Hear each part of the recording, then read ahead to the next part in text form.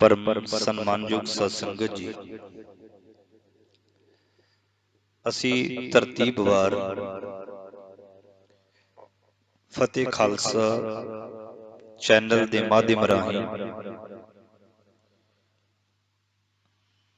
ये उपराला किया है कि आप संगतां दे सन्मुख गुरु नानक साहिब जी महाराज जी की अमृतमयी रचना जो सतगुरु गुरु नानक साहिब जी महाराज जी ने अपनी मुबारक रचना तो उच्चारण की है और शाहकार रचना है सतगुरु जी की। इस पावन रचना दे विच असी पिछे 29 पौड़ियां तक विचार कर आए हैं। उस अकाल पुरख वाहिगुरु जी दी जो अगम अगाध पार ब्रह्म सोई जो जो कहे सो मुक्ता होए। जिस जिस ने जपिया वो मुक्त होया। मुक्त तो भाव बंधना तो छुटकारा। बंधना विच जड़ा फसिया होया अपने आप बनाए हुए बंधन, विकारां दे बंधन, दुखां दे बंधन, झूठ दे बंधन, पाप दे बंधन, इन्हां बंधनां विच फसिया होया।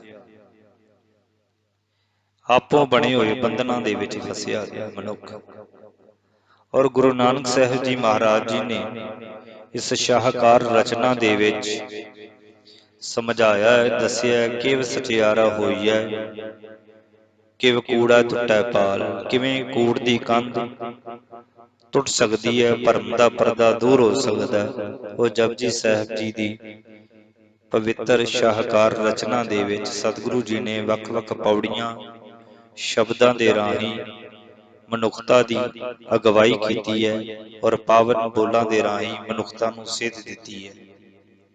और जो इस संसार दे विच फैले हुए भरम, आपो बनाईयां होईयां रीतां, आपो बनाईयां होईयां गल्लां नूं सतगुरु जी नूं सिरे तो नकारदियां होइयां ये सेध साडे अगे रखी है जो असी पौड़ी दर पौड़ी इसकी विचार करते आए हैं। पिछे 29 पौड़ियां दी विचार की है और 30वीं पौड़ी दी विचार असी प्रारंभ करनी है। आओ सारियां संगतां जुड़ मिल के विचार प्रारंभ करिए ते सारे प्रेम दे नाल जपिए जी। सतनाम श्री वाहिगुरु साहिब जी। एका माई जुगत विआई तिन चेले परवान। धन गुरु नानक साहिब जी महाराज अपने ख्यालों दे विच अपनी रचना दे विच ये गल समझा रहे ने। पिछे जोगियां दे नाल विचार कीती है, भुगत ज्ञान दया भंडारण। इन्हां पौड़ियां दे विच मुंदा संतोख सरम पत झोली जोगियां दी बनाई हुई रीत, जोगियां दे बनाए हुए भरम, जोगियां दी आपो बनाए हुए भरम ते फसे हुए भरमां दे विच समझदे ने कि इन्हां तो बंधनां नाल छुटिया बंधनां तो छुटिया जा सकदा है, मुक्त होईदा है।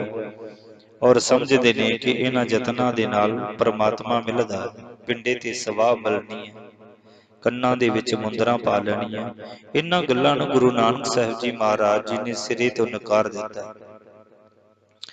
ਔਰ ਇੱਕ ਵਿਚਾਰ ਚਰਚਾ ਜਿਹੜੀ ਜੋਗੀਆਂ ਦੇ ਰਾਹੀਂ ਇਹ ਚੱਲੀ ਹੈ ਕਿ ਇਸ ਸੰਸਾਰ ਦੇ ਉੱਤੇ ਜਿਹੜੀ ਤਿੰਨ ਰੂਪ ਦੇ ਵਿੱਚ ਇੱਕ ਸ਼ਕਤੀ ਜੋ ਇਸ ਸੰਸਾਰ ਨੂੰ ਤਿੰਨ ਰੂਪਾਂ ਦੇ ਵਿੱਚ ਚਲਾ ਰਹੀ ਹੈ। ਤਿੰਨ ਰੂਪ ਨੇ ਸੰਸਾਰ ਦੇ। ਸੰਸਾਰ ਦੇ ਆਮ ਤੌਰ ਤੇ ਤਿੰਨ ਰੂਪ ਨੇ। ਜਨਮ ਹੈ, ਬਚਪਨ ਹੈ, ਜਨਮ ਜਵਾਨੀ ਹੈ ਤੇ ਬੁਢੀਪਾ ਹੈ। ਮੌਤ जन्म जीवन और मौत,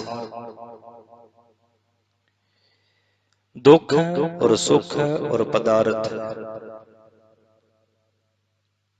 है। ਇਹਨਾਂ ਵਿੱਚ ਆਮ ਤੌਰ ਤੇ ਜੋਗੀਆਂ ਨੇ ਜੋ ਗੱਲ ਪ੍ਰਚਲਿਤ ਕੀਤੀ ਹੈ ਉਹ ਇਹ ਹੈ ਕਿ ਇਸ ਸੰਸਾਰ ਦੇ ਵਿੱਚ ਉਤਪਤੀ ਜਿਹੜੀ ਮੰਨਦੀ ਹੈ, ਕਹਿੰਦੇ ਨੇ ਇਸ ਜਗਤ ਦੇ ਵਿੱਚ ਆਮ ਤੌਰ ਤੇ ਇਹ ਖਿਆਲ ਪ੍ਰਚਲਿਤ ਹੈ ਕਿ ਇਕੱਲੀ ਮਾਇਆ ਕਿਸੇ ਜੁਗਤੀ ਨਾਲ ਪ੍ਰਸੂਤ ਹੋਈ, ਜੁਗਤੀ ਦੇ ਨਾਲ, ਕਿਸੇ ਜੁਗਤੀ ਦੇ ਨਾਲ ਮਾਇਆ ਆਪਣੇ ਆਪ ਪ੍ਰਸੂਤ ਹੋਈ ਹੈ, ਜਨਮ ਲਿਆ, ਆਪਣੇ ਆਪ ਹੀ ਲਿਆ। ਉਹਨਾਂ ਪ੍ਰਸੂਤ ਹੋਈ ਹੈ ਤੇ ਉਹਨਾਂ ਦੇ ਵਿੱਚ ਪ੍ਰਤੱਖ ਤੌਰ ਤੇ ਉਸਦੇ 3 ਪੁੱਤਰ ਜੰਮਦੇ, ਭਾਵ ਆਪਣੇ ਆਪ ਇੱਕ ਸ਼ਕਤੀ ਬਣੀ ਤੇ ਸ਼ਕਤੀ ਦੇ ਵਿੱਚੋਂ 3 ਉਸਦੇ ਪੁੱਤਰ ਬਣੇ ਜਿਹੜੇ ਸੰਸਾਰ ਦੀ ਉਤਪਤੀ ਨੂੰ ਚਲਾ ਰਹੇ ਨੇ। ਇਹ ਖਿਆਲ ਬਣਿਆ ਆ ਰਿਹਾ ਸੀ, ਇਹ ਖਿਆਲ ਬਣਿਆ ਸੀ ਤੇ ਬਣਿਆ ਹੋਇਆ ਵੀ ਹੈ। ਪਰ ਗੁਰੂ ਨਾਨਕ ਸਾਹਿਬ ਜੀ ਆਪਣੀ ਵਿਚਾਰਧਾਰਾ ਵੀ ਜੋਗੀਆਂ ਨੂੰ ਅਗਾਂਹ ਦੱਸਦੇ ਨੇ। ਅਦੁੱਤੀ ਮਾਲਕ ਜਾਂ ਮਾਤਾ ਨੇ ਉਤਪਤੀ ਵਿਉਂਤ ਰਚ ਕੇ 3 ਮੁਰੀਦ ਸਥਾਪਨ ਕੀਤੇ, ਭਾਵ ਉਹ ਕਹਿੰਦੀ ਹੈ ਉਹਨਾਂ ਦਾ ਇਹ ਮੰਨਣਾ ਹੈ ਕਿ ਜਿਹੜੀ ਸ਼ਕਤੀ ਆਪਣੇ ਆਪ ਦੇ ਵਿੱਚ ਜਗਤ ਦੇ ਵਿੱਚ ਆਈ ਹੈ, ਉਸੇ ਨੇ ਇਹ 3 ਦੇਵਤੇ, 3 ਘਾੜਤਾਂ ਘੜੀਆਂ ਨੇ, 3 ਪੁੱਤਰ ਮੰਨੋ ਉਹਦੇ ਕਿਹੜੇ ਨੇ? ਇੱਕ ਸੰਸਾਰੀ, ਇੱਕ ਭੰਡਾਰੀ, ਇੱਕ ਲਾਈ ਦੀਵਾਨ। ਗੁਰੂ ਨਾਨਕ ਸਾਹਿਬ ਜੀ ਮਹਾਰਾਜ ਉਹਨਾਂ ਦੀ ਗੱਲ ਸਾਡੇ ਅੱਗੇ ਰੱਖਦੇ ਪਏ ਨੇ, ਕਹਿੰਦੇ ਪਰ ਅਸਲ ਵਿੱਚ ਇੱਕ ਸੰਸਾਰੀ, ਇੱਕ ਭੰਡਾਰੀ, ਇੱਕ ਲਾਈ ਦੀਵਾਨ। ਇੱਕ ਤਾਂ ਸੰਸਾਰੀ ਘਰਬਾਰੀ ਹੈ, ਭੰਡਾਰੇ ਦਾ ਮਾਲਕ ਭਾਵ ਪਦਾਰਥ ਦੇਣ ਵਾਲਾ, ਰਿਜ਼ਕ ਦੇਣ ਵਾਲਾ, ਤੇ ਇੱਕ ਦੀਵਾਨ ਦਰਬਾਰ ਲਾਉਂਦਾ ਹੈ, ਕਚਹਿਰੀ ਲਾਉਂਦਾ ਹੈ, ਇੱਕ ਜੀਵਨ ਦਿੰਦਾ ਹੈ, ਇੱਕ ਮੌਤ ਦਿੰਦਾ ਹੈ। ਉਹਨਾਂ ਵਿੱਚੋਂ ਇੱਕ ਬ੍ਰਹਮਾ ਘਰਬਾਰੀ ਬਣ ਗਿਆ, ਭਾਵ ਜੀਵ ਜੰਤੂਆਂ ਨੂੰ ਪੈਦਾ ਕਰਨ ਲੱਗ ਪਿਆ। ਇੱਕ ਵਿਸ਼ਨੂੰ ਭੰਡਾਰੇ ਦਾ ਮਾਲਕ ਬਣ ਗਿਆ, ਜਨਮ ਤਾਂ ਬ੍ਰਹਮਾ ਦੇ ਰਾਹੀਂ ਹੋਇਆ, ਪਦਾਰਥ ਵਿਸ਼ਨੂੰ ਦੇ ਰਾਹੀਂ ਮਿਲਿਆ। ਇਹ ਮੰਨਣਾ ਹੈ ਉਹਨਾਂ ਜੋਗੀਆਂ ਦਾ। ਉਹਨਾਂ ਦੀ ਵਿਚਾਰ ਸਾਡੇ ਅੱਗੇ ਰੱਖੀ ਹੈ ਗੁਰੂ ਨਾਨਕ ਸਾਹਿਬ ਜੀ ਨੇ ਵੀ ਜੋਗੀ ਇਸ ਤਰ੍ਹਾਂ ਮੰਨਦੇ ਨੇ। ਸੰਸਾਰ ਵਿੱਚ ਇਹ ਗੱਲ ਪ੍ਰਚਲਿਤ ਹੈ, ਭੰਡਾਰੇ ਦਾ ਮਾਲਕ ਬਣ ਗਿਆ, ਭਾਵ ਜੀਵਾਂ ਨੂੰ ਰਿਜ਼ਕ ਅਪੜਾਉਣ ਵਾਲਾ ਵਿਸ਼ਨੂੰ ਮੰਨਣ ਲੱਗਿਆ ਪਿਆ ਕਿ ਵਿਸ਼ਨੂੰ ਜਿਹੜਾ ਹੈ ਉਹ ਜਿਹੜਾ ਪਦਾਰਥ ਸਾਨੂੰ ਮਿਲਦਾ ਹੈ ਭੋਜਨ ਦੇ ਰੂਪ ਦੇ ਵਿੱਚ, ਕੋਈ ਵੀ ਪਦਾਰਥ ਉਹ ਵਿਸ਼ਨੂੰ ਦੇ ਰਾਹੀਂ ਮਿਲਦਾ ਹੈ। ਤੇ ਇੱਕ ਸ਼ਿਵ ਹੈ ਜਿਹੜਾ ਕਚਹਿਰੀ ਲਾਂਦਾ, ਭਾਵ ਜੀਵਾਂ ਨੂੰ ਸੰਘਾਰਦਾ, ਮੌਤ ਦਿੰਦਾ। ਇਹ 3 ਦੇਵਤੇ, 3 ਲੋੜਾਂ ਨੇ ਨਾ ਸਾਡੀਆਂ। ਇੱਕ ਤਾਂ ਜਨਮ ਹੈ ਤੇ ਜਨਮ ਤੋਂ ਬਾਅਦ ਰੋਟੀ ਹੈ, ਪਦਾਰਥ ਹੈ, ਜ਼ਰੂਰਤਾਂ ਨੇ। ਜਨਮ ਬ੍ਰਹਮਾ ਦੇ ਰਾਹੀਂ ਮਿਲ ਗਿਆ, ਮੰਨਣਾ ਹੈ। ਪਦਾਰਥ ਵਿਸ਼ਨੂੰ ਦੇ ਰਾਹੀਂ ਤੇ ਮੌਤ ਆਈ ਹੈ ਸ਼ਿਵ ਉਸ ਦੇ ਰਾਹੀਂ। ਪਰ ਗੁਰੂ ਨਾਨਕ ਸਾਹਿਬ ਜੀ ਮਹਾਰਾਜ ਕਹਿੰਦੇ ਇਹ ਗੱਲ ਤਾਂ ਪ੍ਰਚਲਿਤ ਹੈ ਨਾ, ਇਹ ਗੱਲ ਬਣਾਈ ਹੋਈ। ਪਰ ਗੁਰੂ ਨਾਨਕ ਸਾਹਿਬ ਕਹਿੰਦੇ ਅਸਲ ਵਿੱਚ ਪਰਮਾਤਮਾ ਨੂੰ ਜਾਣਿਆ ਨਹੀਂ ਹੈ, ਸਮਝ ਵਿੱਚ ਨਹੀਂ ਆਇਆ। ਜਿਵ ਤਿਸ ਭਾਵੈ ਤਿਵੈ ਚਲਾਵੈ, ਜਿਵ ਹੋਵੈ ਫੁਰਮਾਨ। ਗੁਰੂ ਨਾਨਕ ਸਾਹਿਬ ਮਹਾਰਾਜ ਕਹਿੰਦੇ ਪਰ ਅਸਲ ਵਿੱਚ ਗੱਲ ਇਹ ਹੈ ਕਿ ਜਿਵੇਂ ਉਸ ਅਕਾਲ ਪੁਰਖ ਨੂੰ ਭਾਉਂਦਾ ਹੈ ਤੇ ਜਿਵੇਂ ਉਸ ਦਾ ਹੁਕਮ ਹੁੰਦਾ ਨਾ, ਤਿਵੇਂ ਹੀ ਉਹ ਆਪ ਸੰਸਾਰ ਦੀ ਕਾਰ ਚਲਾ ਰਿਹਾ ਹੈ। ਇਹਨਾਂ ਬ੍ਰਹਮਾ, ਵਿਸ਼ਨੂੰ ਤੇ ਸ਼ਿਵ ਦੇ ਹੱਥ ਵਿੱਚ ਕੁਝ ਵੀ ਨਹੀਂ ਹੈ, ਇਹਨਾਂ ਦੇ ਹੱਥ ਵਿੱਚ ਕੁਝ ਨਹੀਂ ਹੈ। ਗੁਰੂ ਨਾਨਕ ਸਾਹਿਬ ਮਹਾਰਾਜ ਕਹਿੰਦੇ ਜਿਵ ਤਿਸ ਭਾਵੈ ਤਿਵੈ ਚਲਾਵੈ, ਜਿਵ ਹੋਵੈ ਫਰਮਾਨ। ਜਿਵੇਂ ਪਰਮਾਤਮਾ ਨੂੰ ਭਾਉਂਦਾ ਹੈ ਉਵੇਂ ਉਹ ਸੰਸਾਰ ਦੀ ਕਾਰ ਚਲਾਉਂਦਾ ਹੈ। ਇਸ ਬ੍ਰਹਮਾ, ਵਿਸ਼ਨੂੰ ਤੇ ਸ਼ਿਵ ਦੇ ਹੱਥ ਵਿੱਚ ਕੁਝ ਨਹੀਂ ਹੈ।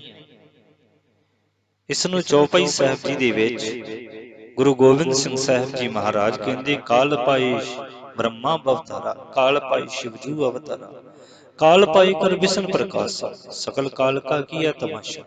ਉਹ ਤਾਂ ਆਪ ਸਮੇਂ ਦੇ ਵਿੱਚ ਬਣੇ ਨੇ ਤੇ ਸਮੇਂ ਨੇ ਸਭ ਨੂੰ ਮਿਟਾ ਦਿੱਤਾ ਹੈ।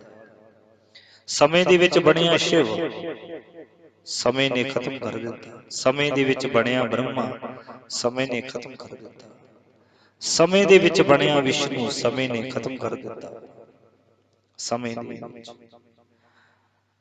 ਜਿਹੜਾ ਸੰਸਾਰ ਨੂੰ ਚਲਾ ਰਿਹਾ ਹੈ ਨਾ, ਉਸ ਦਾ ਕੋਈ ਰੂਪ ਨਹੀਂ ਹੈ ਗੁਰਬਾਣੀ ਵਿੱਚ, ਉਸ ਦਾ ਕੋਈ ਰੂਪ ਨਹੀਂ ਹੈ। ਰੂਪ ਨਾ ਰੇਖ ਨਾ ਰੰਗ ਕਿਛ, ਤ੍ਰਿਹ ਗੁਣ ਤੇ ਪ੍ਰਭ ਪਿਨ।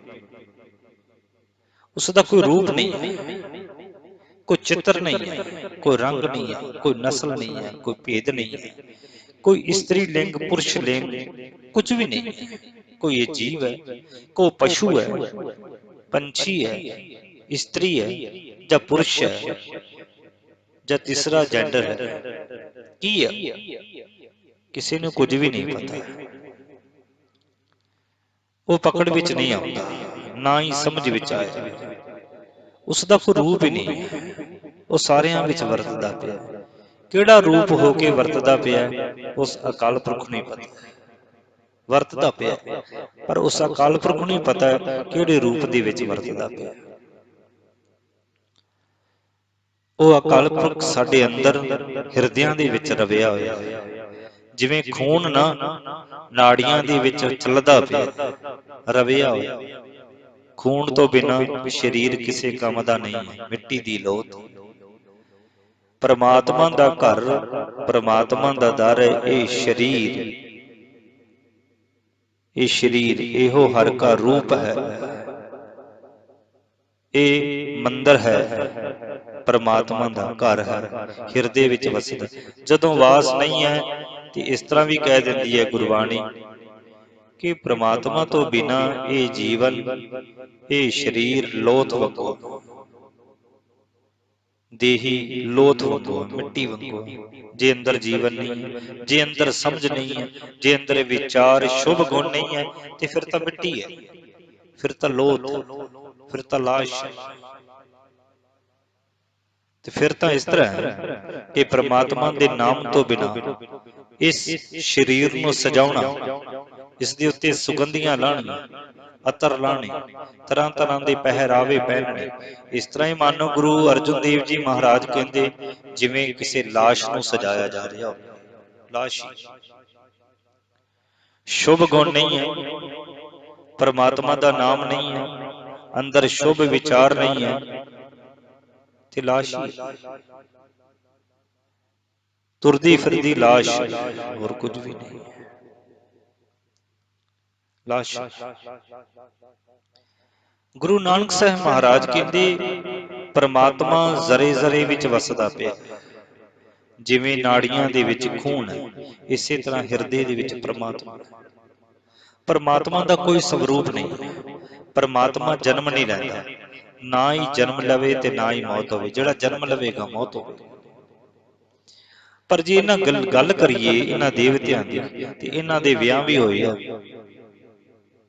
ਧਾਰਮਿਕ, ਉਹਨਾਂ ਦੇ ਧਾਰਮਿਕ ਗ੍ਰੰਥਾਂ ਅਨੁਸਾਰ ਵਿਆਹ ਵੀ ਹੋਏ ਆ, ਘਰ ਪੁੱਤਰ ਵੀ ਹੋਏ ਆ, ਗ੍ਰਸਤੀ ਵੀ ਹੋਈ ਹੈ। ਪਰ ਗੁਰਬਾਣੀ ਕਹਿੰਦੀ ਹੈ, ਅਸੀਂ ਆਮ ਵੀ ਮੰਨਦੇ ਹਾਂ ਗ੍ਰੰਥਾਂ ਅਨੁਸਾਰ ਕਿ ਪ੍ਰਮਾਤਮਾ ਦਾ ਕੋਈ ਰੂਪ ਹੀ ਨਹੀਂ, ਨਾ ਕਿ ਉਸਦਾ ਪੁੱਤਰ ਹੈ, ਨਾ ਕਿ ਉਸਦੀ ਧੀ ਹੈ। ਅਸੀਂ ਸਾਰੇ ਹੀ ਉਸਦੇ ਪੁੱਤਰ ਹਾਂ, ਅਸੀਂ ਸਾਰੇ ਹੀ ਉਸਦੀ ਧੀਆਂ। ਸਾਰਾ ਸੰਸਾਰ ਹੀ ਉਸ ਦਾ ਘਰ ਆ, ਸਾਡੇ ਹਰ ਮਨੁੱਖ ਦੇ ਹਿਰਦੇ ਵਿੱਚ ਵਸਦਾ। ਸੰਸਾਰ ਦੇ ਵਿੱਚ ਨਹੀਂ, ਹਿਰਦਿਆਂ ਦੇ ਵਿੱਚ ਵਸਦਾ ਹੈ। ਸੂਰਜ ਦੀ ਕਿਰਨ ਹੈ, ਸੂਰਜ ਦੀ ਕਿਰਨ ਹੈ,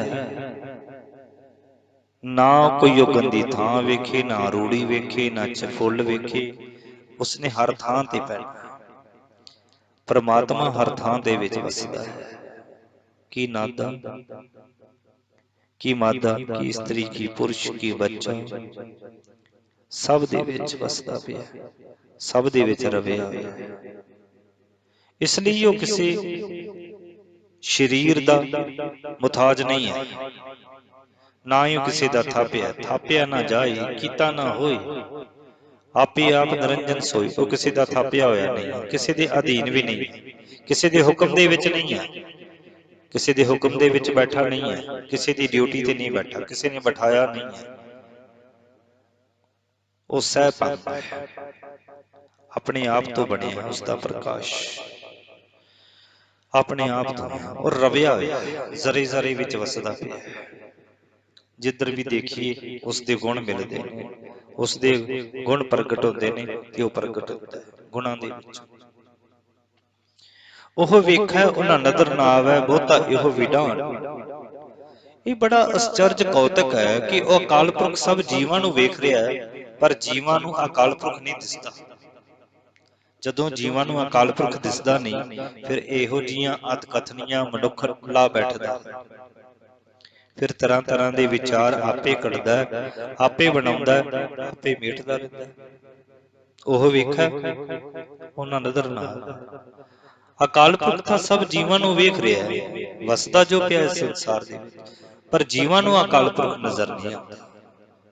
ਜਦੋਂ ਨਜ਼ਰ ਨਾ ਆਵੇ ਕੋਈ ਚੀਜ਼, ਫਿਰ ਮਨੁੱਖ ਘਾੜਤ ਕੱਢਦਾ ਆਪਣੇ ਮਨ ਦੇ ਨਾਲ। ਕੀ ਘਾੜਤ ਕੱਢਦਾ? ਆਪਣੇ ਆਪ ਲਿਖਣ ਬੈਠਦਾ, ਆਪਣੇ ਆਪ ਮਿਥਿਹਾਸ ਲਿਖਦਾ, ਕੁਝ ਅਣਹੋਣੀਆਂ ਗੱਲਾਂ ਲਿਖਦਾ, ਪਰ ਅਣਹੋਣੀਆਂ ਗੱਲਾਂ ਕਰ ਕਰਕੇ ਮਨੁੱਖ ਇੱਕ ਘਾੜਤ ਕੱਢ ਦਿੰਦਾ। ਉਸ ਘਾੜਤ ਨੂੰ ਕਈ ਵਾਰ ਅਸੀਂ ਸੱਚ ਵੀ ਮੰਨਣ ਲੱਗ ਪੈਂਦੇ। ਕੁਝ ਇਸੇ ਤਰ੍ਹਾਂ ਹਿੰਦੁਸਤਾਨ ਦੇ ਵਿੱਚ ਪੁਰਾਤਨ ਗ੍ਰੰਥਾਂ ਦੇ ਵਿੱਚ ਮਿਥਿਹਾਸਕ ਕਹਾਣੀਆਂ ਬੜੀਆਂ, ਸੱਚ ਕਿਧਰੇ ਕਿਧਰੇ ਹੈ, ਮਿਥਿਹਾਸ ਬੜਾ, ਬਹੁਤ ਮਿਥਿਹਾਸ। ਮਿਥਿਹਾਸ ਮਿੱਥ ਕੇ ਲਿਖਿਆ ਹੋਇਆ, ਇਤਿਹਾਸ ਆਪਣੇ ਆਪ ਬਣਦਾ, ਮਿਥਿਹਾਸ ਮਿੱਥ ਕੇ ਲਿਖਿਆ ਜਾਂਦਾ। ਵਿੱਚ ਬੜੀ ਉਹਨੂੰ ਚਲਾਕੀ ਦੇ ਨਾਲ ਲਿਖਿਆ ਜਾਂਦਾ, ਬੜੇ ਰੰਗ ਭਰੇ ਜਾਂਦੇ ਨੇ, ਵਿੱਚ ਬੜੀਆਂ ਸਵਾਦਲੀਆਂ ਗੱਲਾਂ ਲਿਖੀਆਂ ਜਾਂਦੀਆਂ ਨੇ, ਔਰ ਸੁਣਨ ਵਾਲਾ ਅਸ਼-ਅਸ਼ ਕਰ ਉੱਠਦਾ। ਪਰ ਜ਼ਿੰਦਗੀ ਦਾ ਜਿਹੜਾ ਸੱਚ ਹੈ, ਇਹ ਕੌੜਾ ਹੈ, ਇਹ ਕੌੜਾ ਹੈ। ਕੌੜਾ ਕਿਸੇ ਕਿਸੇ ਨੂੰ ਚੰਗਾ ਲੱਗਦਾ। ਸਤਿਗੁਰੂ ਗੁਰੂ ਨਾਨਕ ਸਾਹਿਬ ਕਹਿੰਦੇ ਉਹ ਸਾਰਿਆਂ ਨੂੰ ਦੇਖਦਾ ਪਿਆ ਹੈ, ਪਰ ਪਰਮਾਤਮਾ ਕਿਸੇ ਨੂੰ ਨਜ਼ਰ ਨਹੀਂ ਆਉਂਦਾ, ਉਹ ਦੇਖਦਾ ਪਿਆ। ਆਦੇਸ ਦਸੈ ਆਦੇਸ, ਸੋ ਬ੍ਰਹਮਾ ਵਿਸ਼ਨੂੰ ਸ਼ਿਵ ਆਦਿਕ ਦੀ ਥਾਂ। ਕੇਵਲ ਉਸ ਅਕਾਲ ਪੁਰਖ ਨੂੰ ਪ੍ਰਣਾਮ ਕਰੋ ਜੋ ਸਾਰਿਆਂ ਜੀਵਾਂ ਦੇ ਵਿੱਚ ਰਵਿਆ ਹੋਇਆ ਹੈ, ਜਿਹੜਾ ਸਾਰਿਆਂ ਜੀਵਾਂ ਦੇ ਵਿੱਚ ਵਸਿਆ ਹੋਇਆ ਹੈ, ਜਿਹੜਾ ਜਰੇ ਜਰੇ ਦੇ ਵਿੱਚ, ਜਿਹੜਾ ਆਦ ਅਨੀਲ ਅਨਾਦ ਅਨਾਹਤ ਹੈ। ਆਦ ਆਦ ਅਨੀਲ, ਕਾਲਕ ਤੋਂ ਰਹਿਤ ਹੈ, ਅਨਾਦ ਅਨਾਹਤ, ਜੁਗ ਜੁਗ ਇੱਕੋ, ਜੁਗਾਂ ਜੁਗਾਂਤਰਾਂ ਤੇ ਇੱਕੋ ਪਰਮਾਤਮਾ। ਉਸ ਅਕਾਲ ਪੁਰਖ ਨੂੰ ਪ੍ਰਣਾਮ ਕਰੀਏ। ਆਦ ਅਨੀਲ ਅਨਾਦ ਅਨਾਹਤ ਜੁਗ ਜੁਗ ਇੱਕੋ ਵੀਰ, ਜੋ ਸਭ ਦਾ ਮੁੱਢ ਹੈ, ਜੋ ਸ਼ੁੱਧ ਸਰੂਪ ਹੈ, ਜਿਸ ਦਾ ਕੋਈ ਮੁੱਢ ਨਹੀਂ ਲੱਭ ਸਕਦਾ, ਜੋ ਨਾਸ਼ ਰਹਿਤ ਹੈ ਤੇ ਸਦਾ ਇੱਕੋ ਜਿਹਾ ਰਹਿੰਦਾ ਹੈ। ਇਹੀ ਵਸੀਲਾ ਹੈ ਉਸ ਅਕਾਲ ਪੁਰਖ ਨਾਲੋਂ ਵਿੱਥ ਦੂਰ ਕਰਨ ਦਾ। ਜੇ ਤੂੰ ਚਾਹੁੰਦਾ ਕਿ ਮੇਰੀ ਉਸ ਅਕਾਲ ਪੁਰਖ ਦੇ ਨਾਲ ਵਿੱਥ ਦੂਰ ਹੋਵੇ, ਤੇ ਉਸ ਪ੍ਰਮਾਤਮਾ ਦੇ ਗੁਣਾਂ ਨੂੰ ਗਾ, ਉਸ ਸ਼ੁੱਧ ਸਰੂਪ ਪ੍ਰਮਾਤਮਾ ਨੂੰ ਨਮਸਕਾਰ ਕਰ, ਉਸ ਨੂੰ ਵੰਦਨਾ ਕਰ, ਉਸ ਨੂੰ ਧਿਆ, ਉਸ ਨੂੰ ਯਾਦ ਕਰ, ਉਸ ਨੂੰ ਚੇਤੇ ਕਰ, ਕਿਉਂਕਿ ਪਾਲਣਹਾਰਾ ਵੀ ਉਹ ਹੈ, ਰਿਜ਼ਕ ਅਬੜਾਉਣ ਵਾਲਾ ਵੀ ਉਹ ਹੈ, ਔਰ ਮੌਤ ਦੇਣ ਵਾਲਾ ਵੀ ਉਹੀ ਹੈ, ਇੱਕੋ ਹੀ। ਜਿਸ ਨੂੰ ਗੁਰੂ ਨਾਨਕ ਸਾਹਿਬ ਜੀ ਨੇ ਕਿਹਾ ਇੱਕ ਓੰਕਾਰ, ਜੋ ਰਵਿਆ ਹੋਇਆ ਸਾਰੀਆਂ ਥਾਵਾਂ ਤੇ, ਵਸਦਾ ਪਿਆ। ਆਸਨ ਲੋਏ ਲੋਏ ਭੰਡਾਰ, ਜੋ ਕਿਛ ਪਾਇਆ ਸੋ ਏਕਾ ਵਾਰ। ਅਕਾਲ ਪੁਰਖ ਦੇ ਭੰਡਾਰਿਆਂ ਦਾ ਟਿਕਾਣਾ ਹਰੇਕ ਭਵਨ ਵਿੱਚ ਹੈ। ਹਰੇਕ ਭਵਨ ਵਿੱਚ ਅਕਾਲ ਪੁਰਖ ਦੇ ਭੰਡਾਰੇ ਚੱਲ ਰਹੇ ਹਨ। ਬੇਅੰਤ ਕੁਦਰਤ ਨੇ ਬੇਅੰਤ ਉਤਪਤੀ ਕੀਤੀ ਹੈ। ਇਸ ਧਰਤੀ ਦੀ ਕੋਖ ਦੇ ਵਿੱਚੋਂ ਸਬਜ਼ੀਆਂ ਨੇ, ਖਾਣ ਵਾਲੇ ਪਦਾਰਥ ਨਿਕਲਦੇ ਪਏ ਨੇ। ਇੱਥੋਂ ਹੀ ਕੀਮਤੀ ਹੀਰੇ, ਰਤਨ, ਜਵਾਹਰ, ਮੋਤੀ, ਸ਼ੰਖ, ਬੜਾ ਕੁਝ ਨਿਕਲਦਾ ਪਿਆ ਇਸ ਧਰਤੀ ਦੇ ਵਿੱਚੋਂ। ਕੁੱਖ ਦੇ ਵਿੱਚੋਂ ਨਿਕਲਦਾ ਪਿਆ, ਧਰਤੀ ਦੀ ਕੁੱਖ ਦੇ ਵਿੱਚੋਂ। ਅਕਾਲ ਪੁਰਖ ਦਾ ਹੀ ਟਿਕਾਣਾ ਹੈ, ਉਸ ਦੀਆਂ ਦਾਤਾਂ ਨੇ। ਇਸ ਧਰਤੀ ਦੇ ਵਿੱਚੋਂ ਸਾਰਾ ਕੁਝ ਨਿਕਲ ਰਿਹਾ। ਇਹ ਰਤਨ, ਇਹ ਖਾਣੀਆਂ, ਇਹ ਰਤਨ, ਇਹ ਜਵਾਹਰ, ਇਹ ਸੋਨਾ, ਇਹ ਹੀਰੇ, ਇਹ ਮੋਤੀ, ਇਹ ਸ਼ੰਖ, ਸਾਰਾ ਕੁਝ ਇਸ ਧਰਤੀ ਵਿੱਚੋਂ ਨਿਕਲ ਰਿਹਾ। ਖਾਣ ਵਾਲੇ ਭੋਜਨ ਪਦਾਰਥ, ਤਰ੍ਹਾਂ ਤਰ੍ਹਾਂ ਦੀ ਬਨਸਪਤੀ, ਸਬਜ਼ੀਆਂ, ਤਰ੍ਹਾਂ ਤਰ੍ਹਾਂ ਦਾ ਫਰੂਟ, ਧਰਤੀ ਦੀ ਹਿੱਕ ਦੇ ਵਿੱਚੋਂ ਨਿਕਲ ਕੇ ਆ ਰਿਹਾ। ਉੱਥੋਂ ਹੀ ਆ ਰਿਹਾ ਸਾਰਾ ਕੁਝ। ਜੋ ਕਿਛ ਪਾਇਆ ਸੋ ਏਕਾ ਵਾਰ, ਜੋ ਕੁਝ ਅਕਾਲ ਪੁਰਖ ਨੇ ਉਹਨਾਂ ਭੰਡਾਰਿਆਂ ਦੇ ਵਿੱਚ ਪਾਏ ਇੱਕ ਵਾਰੀ ਪਾ ਦਿੱਤਾ। ਉਸ ਅਕਾਲ ਪੁਰਖ ਦਾ ਭੰਡਾਰਾ ਕਦੇ ਮੁੱਕਦਾ ਨਹੀਂ ਹੈ। ਇੱਕ ਗੱਲ ਥੋੜੀ ਜਿਹੀ ਅਸੀਂ ਇੱਥੇ ਵਿਚਾਰ ਕਰੀਏ, ਅਕਾਲ ਪੁਰਖ ਦਾ ਭੰਡਾਰਾ। ਮੈਨੂੰ ਲੱਗਦਾ ਹੈ ਕਿ ਗੁਰੂ ਨਾਨਕ ਸਾਹਿਬ ਜੀ ਮਹਾਰਾਜ ਜਦੋਂ ਮੋਦੀਖਾਨੇ ਦੇ ਵਿੱਚ ਬੈਠੇ ਨੇ, ਹਰ ਵਸਤੂ ਨੂੰ ਤੋਲ ਤੋਲ ਕੇ ਆਏ ਹੋਏ ਨੂੰ ਵਸਤੂ ਤੋਲਦੇ ਨੇ, ਕਿਸੇ ਨੂੰ ਇੱਕ, ਕਿਸੇ ਨੂੰ ਦੋ। ਗਿਣਤੀ ਜਦੋਂ 13 ਤੇ ਪਹੁੰਚਦੀ ਹੈ ਤੇ ਫਿਰ 13 ਤੋਂ ਲੈ ਪਤਾ ਨਹੀਂ ਲੱਗਦਾ 13 ਕਦੋਂ ਹੋ ਜਾਂਦਾ। 13 ਨਹੀਂ, ਫਿਰ 13 ਭਾਵ ਉਹ ਭੰਡਾਰਾ ਅਕਾਲ ਪੁਰਖ ਦਾ ਹੈ। ਇਹ ਦਾਤਾਂ ਵੀ ਅਕਾਲ ਪੁਰਖ ਦੀਆਂ ਨੇ, ਉਤਪਤੀ ਵੀ ਅਕਾਲ ਪੁਰਖ ਤੋਂ ਹੋਈ ਹੈ, ਸਾਰਾ ਕੁਝ ਹੀ ਅਕਾਲ ਪੁਰਖ ਤੋਂ ਹੋਇਆ। ਸਾਰਾ ਕੁਝ ਹੀ ਅਕਾਲ ਪੁਰਖ ਨੇ ਇਸ ਦੇ ਵਿੱਚ, ਧਰਤੀ ਦੇ ਵਿੱਚ ਇੱਕੋ ਵਾਰੀ ਪਾ ਦਿੱਤਾ ਸਾਰਾ ਕੁਝ। ਹੁਣ ਹੋ ਰਿਹਾ ਪਿਆ, ਉਤਪਤੀ ਹੋ ਰਹੀ ਹੈ, ਆਪਣੇ ਆਪ ਉਤਪਤੀ ਹੋ ਰਹੀ ਹੈ। ਬਸ ਮਨੁੱਖ ਬੀਜ ਸਿੱਟਦਾ, ਔਰ ਬੀਜ ਵੀ ਉਸ ਧਰਤੀ ਦੇ ਵਿੱਚੋਂ ਨਿਕਲਦਾ ਪਿਆ। ਬੀਜ ਵੀ ਧਰਤੀ ਵਿੱਚੋਂ ਨਿਕਲਦਾ ਪਿਆ, ਫਿਰ ਸਿੱਟਦਾ, ਫਿਰ ਹਜ਼ਾਰਾਂ ਬੀਜ ਹੋ ਜਾਂਦੇ ਨੇ। ਬੀਜ ਦੇਖਿਓ ਬਹੁ ਪ੍ਰਕਾਰ, ਫਲ ਪਾਕੇ ਤੇ ਏਕ ਓੰਕਾਰ। सहस घटा में एक आकाश घट फूटे ते कोई प्रकाश है भी असल विच एक ही है। ये सारे उसे दे भंडारे ने। ਤੇ ਮੈਨੂੰ ਲੱਗਦਾ ਹੈ ਗੁਰੂ ਨਾਨਕ ਸਾਹਿਬ ਜੀ ਮਹਾਰਾਜ ਜੀ ਨੇ ਜਗਤ ਦੇ ਵਿੱਚ ਇੱਕ ਭੰਡਾਰਾ ਵੀ ਚਲਾ ਦਿੱਤਾ, ਉਹ ਹੈ ਗੁਰੂ ਕਾ ਲੰਗਰ। ਉਹ ਚੱਲਦਾ ਪਿਆ, ਮੁੱਕਦਾ ਹੀ ਨਹੀਂ ਪਿਆ, ਚੱਲੀ ਜਾ ਰਿਹਾ। ਖਾਵੋ ਖਰਚੋ ਰਲ ਮਿਲ ਭਾਈ, ਤੋਟ ਨਾ ਆਵੇ ਵਧਦੋ ਜਾਏ। ਰਲ ਮਿਲ ਕੇ ਛਕਿਆ ਹੋਇਆ ਭੋਜਨ ਉਹ ਲੰਗਰ ਹੈ। ਉਹ ਐਸਾ ਭੰਡਾਰਾ ਕਿਹੜਾ, ਜਿਹੜਾ ਗੁਰੂ ਨਾਨਕ ਸਾਹਿਬ ਜੀ ਨੇ ਕਿਹਾ ਜੋ ਕੁਛ ਪਾਇਆ ਸੋ ਇੱਕੋ ਵਾਰੀ ਪਾ ਦਿੱਤਾ। ਉਹ ਭੰਡਾਰਾ ਮੁੱਕਦਾ ਨਹੀਂ ਪਿਆ। ਕਰ ਕਰ ਵੇਖੈ ਸਿਰਜਣਹਾਰ, ਸ੍ਰਿਸ਼ਟੀ ਨੂੰ ਪੈਦਾ ਕਰਨ ਵਾਲਾ ਅਕਾਲ ਪੁਰਖ ਜੀਵਾਂ ਨੂੰ ਪੈਦਾ ਕਰਕੇ ਉਹਨਾਂ ਦੀ ਸੰਭਾਲ ਕਰ ਰਿਹਾ। ਨਾਨਕ ਸੱਚੇ ਕੀ ਸਾਚੀ ਕਾਰ, ਇਹ ਨਾਨਕ ਸਦਾ ਸਥਿਰ ਰਹਿਣ ਵਾਲੇ ਅਕਾਲ ਪੁਰਖ ਦੀ ਸ੍ਰਿਸ਼ਟੀ ਦੀ ਸੰਭਾਲ ਵਾਲੀ ਇਹ ਕਾਰ ਸਦਾ ਅਟਲ ਹੈ, ਉਕਾਈ ਤੋਂ ਖਾਲੀ ਹੈ। ਆਦੇਸ਼ ਦਸੈ ਆਦੇਸ਼, ਸੋ ਕੇਵਲ ਉਸ ਅਕਾਲ ਪੁਰਖ ਨੂੰ ਪ੍ਰਣਾਮ ਕਰੋ ਜਿਹੜਾ ਸ਼ੁੱਧ ਸਰੂਪ ਹੈ, ਜਿਹੜਾ ਰਵਿਆ ਹੋਇਆ ਜ਼ਰੇ ਜ਼ਰੇ ਦੇ ਵਿੱਚ। ਆਦ ਅਨੀਲ ਅਨਾਦ ਅਨਾਹਤ ਜੁਗ ਜੁਗ ਏਕੋ ਵੇਸ, ਜੋ ਸਭ ਦਾ ਮੁੱਢ ਹੈ, ਸ਼ੁੱਧ ਸਰੂਪ ਹੈ, ਜਿਸ ਦਾ ਕੋਈ ਮੁੱਢ ਨਹੀਂ ਲੱਭ ਸਕਦਾ, ਜੋ ਨਾਸ਼ ਰਹਿਤ ਹੈ, ਜਿਹੜਾ ਸਦਾ ਇੱਕੋ ਜਿਹਾ ਰਹਿੰਦਾ ਹੈ। ਇੱਕੋ ਹੀ ਤਰੀਕਾ ਹੈ ਪ੍ਰਭੂ ਨੂੰ ਮਿਲਣ ਦਾ, ਇੱਕੋ ਹੀ ਤਰੀਕਾ ਹੈ ਪ੍ਰਭੂ ਨਾਲ ਵਿਥ ਦੂਰ ਕਰਨ ਦਾ, ਇੱਕੋ ਹੀ ਤਰੀਕਾ ਹੈ ਉਸ ਅਕਾਲ ਪੁਰਖ ਦੀ ਰਜ਼ਾ ਵਿੱਚ ਚੱਲਣਾ, ਉਸ ਦੇ ਹੁਕਮ ਦੇ ਵਿੱਚ ਚੱਲਣਾ, ਉਸ ਦੇ ਭਾਣੇ ਵਿੱਚ ਚੱਲਣਾ। ਇੱਕ ਦੂ ਜਿਬਾਉ ਲੱਖ ਹੋਏ, ਲੱਖ ਹੋਵੇ ਲੱਖ ਵੀਸ।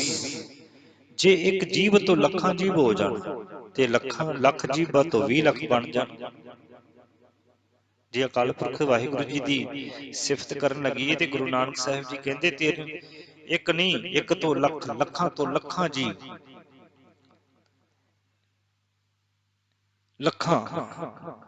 ਲੱਖਾਂ ਦਾ ਭਾਵ ਗਿਣਤੀ ਤੋਂ ਪਰੇ। ਇੱਕ ਦੂ ਜਿਬਾਉ ਲੱਖ ਹੋਏ, ਲੱਖ ਹੋਵੇ ਲੱਖ ਵੀਸ। ਜੇ ਇੱਕ ਜੀਵ ਤੋਂ ਲੱਖ ਜੀਵਾਂ ਹੋ ਜਾਣ ਅਤੇ ਲੱਖ ਜੀਵਾਂ ਤੋਂ 20 ਲੱਖ ਬਣ ਜਾਣ, ਬੇਅੰਤ ਜੀਵਾਂ ਹੋ ਜਾਣ, ਇੰਨੀਆਂ ਵੀ ਹੋ ਜਾਣ।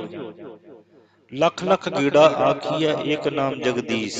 ਇਹਨਾਂ 20 ਲੱਖ ਜੀਵਾਂ ਨਾਲ ਜੇ ਅਕਾਲ ਪੁਰਖ ਦੇ ਇੱਕ ਨਾਮ ਨੂੰ ਇੱਕ ਇੱਕ ਵਾਰੀ ਆਖੀਏ ਤਾਂ ਵੀ ਉਹ ਝੂਠੇ ਮਨੁੱਖ ਦੀ ਇਹ ਝੂਠੀ ਠੀਸ ਹੈ, ਝੂਠਾ ਹੰਕਾਰ ਹੈ।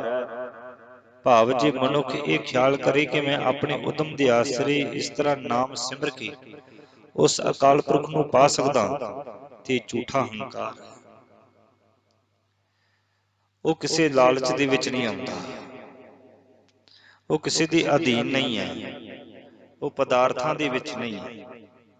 ਭਾਵ ਕਿਸੇ ਪਦਾਰਥ ਦੇ ਨਾਲ ਜੇ ਕਹੀਏ ਕਿ ਆਹ ਚੀਜ਼ ਚੜਾ ਦਈਏ, ਆਹ ਚੀਜ਼ ਪੇਸ਼ ਕਰੀਏ ਉਸ ਦੇ ਦਰ ਤੇ ਉਹ ਵਸ ਵਿੱਚ ਆ ਜਾਵੇ, ਨਹੀਂ ਆਉਂਦਾ। ਇਹ ਤਰਾਹੀ ਪਤ ਪਵੜੀਆਂ ਚੜੀਐ ਹੋਏ 21। ਇਸ ਰਸਤੇ ਵਿੱਚ ਪਰਮਾਤਮਾ ਨਾਲੋਂ ਵਿੱਥ ਦੂਰ ਕਰਨ ਵਾਲੇ ਰਾਹ ਵਿੱਚ ਅਕਾਲ ਪੁਰਖ ਨੂੰ ਮਿਲਣ ਵਾਸਤੇ ਜੋ ਪੌੜੀਆਂ ਹਨ, ਉਹਨਾਂ ਉੱਤੇ ਆਪਾ ਭਾਵ ਗਵਾ ਕੇ ਹੀ ਚੜ ਸਕੀਦਾ ਹੈ। ਲੱਖਾਂ ਜੀਭਾਂ ਨਾਲ ਵੀ ਗਿਣਤੀ ਦੇ ਸਿਮਰਨ ਨਾਲ ਵੀ ਕੁਝ ਨਹੀਂ ਬਣ ਸਕਦਾ। ਭਾਵ ਇੱਕ ਦੋ ਜੀਭੋਂ ਲੱਖ ਹੋਏ ਗਿਣਤੀ, ਇੱਥੇ ਗਿਣਤੀ ਕਰਨ ਦਾ ਭਾਵ ਹੈ ਕਿ ਗਿਣਤੀਆਂ ਮਿੰਤੀਆਂ ਦੇ ਚੱਕਰ ਦੇ ਵਿੱਚ ਨਹੀਂ ਆਉਂਦਾ ਅਕਾਲ ਪੁਰਖ। ਲੱਖ ਹੋ ਜਾਣ, 20 ਲੱਖ ਹੋ ਜਾਣ, 20 ਲੱਖ ਤੋਂ ਵੀ ਲੱਖ ਲੱਖ ਗੇੜਾ ਆਖਣ, ਪਰ ਫਿਰ ਵੀ ਪ੍ਰਮਾਤਮਾ ਵਸ ਵਿੱਚ ਨਹੀਂ ਆਉਂਦਾ। ਉਸ ਦੀ ਵਡਿਆਈ ਸਿਫਤ ਹੋ ਹੀ ਨਹੀਂ ਸਕਦੀ, ਗਿਣਤੀਆਂ ਮਿੰਤੀਆਂ ਦੇ ਚੱਕਰ ਤੋਂ ਬਾਹਰ। ਸੁਣ ਗੱਲਾਂ ਆਕਾਸ਼ ਕੀ ਕੀਟਾਂ ਆਈ ਰੀਸ। ਆਪਾ ਭਾਵ ਦੂਰ ਕਰਨ ਤੋਂ ਬਿਨਾਂ ਇਹ ਗਿਣਤੀ ਦੇ ਪਾਠਾਂ ਵਾਲਾ ਉਦਮ ਇਉਂ ਹੈ ਮਾਨੋ ਜਿਵੇਂ ਆਕਾਸ਼ ਦੀਆਂ ਗੱਲਾਂ ਸੁਣ ਕੇ ਕੀੜੀਆਂ ਨੂੰ ਇਹ ਰੀਸ ਆ ਗਈ ਹੈ ਕਿ ਅਸੀਂ ਵੀ ਆਕਾਸ਼ ਦੇ ਉੱਤੇ ਅੱਪੜ ਜਾਈਏ। ਉਸ ਅਕਾਲ ਪੁਰਖ ਦੀ ਵਡਿਆਈ ਸੁਣ ਕੇ ਇਹ ਜੀਵ ਰੂਪ ਜਿਹੜੀ ਕੀੜੀਆਂ ਨੇ, ਇਹਨਾਂ ਦੇ ਮਨ ਵਿੱਚ ਵੀ ਸਿਫਤ ਵਡਿਆਈ ਸੁਣ ਕੇ ਮਨ ਵਿੱਚ ਰੀਸ ਆ ਗਈ ਹੈ, ਤੇ ਇਹਨਾਂ ਦਾ ਮਨ ਵੀ ਇਹੀ ਹੈ ਕਿ ਸ਼ਾਇਦ ਇਹਨਾਂ ਚੱਕਰਾਂ ਦੇ ਰਾਹੀਂ ਅਸੀਂ ਵੀ ਉਸ ਆਕਾਸ਼ ਰੂਪੀ ਅਕਾਲ ਪੁਰਖ ਦੇ ਦਰ ਤੇ ਪਹੁੰਚ ਜਾਈਏ, ਪ੍ਰਵਾਨ ਹੋ ਜਾਈਏ।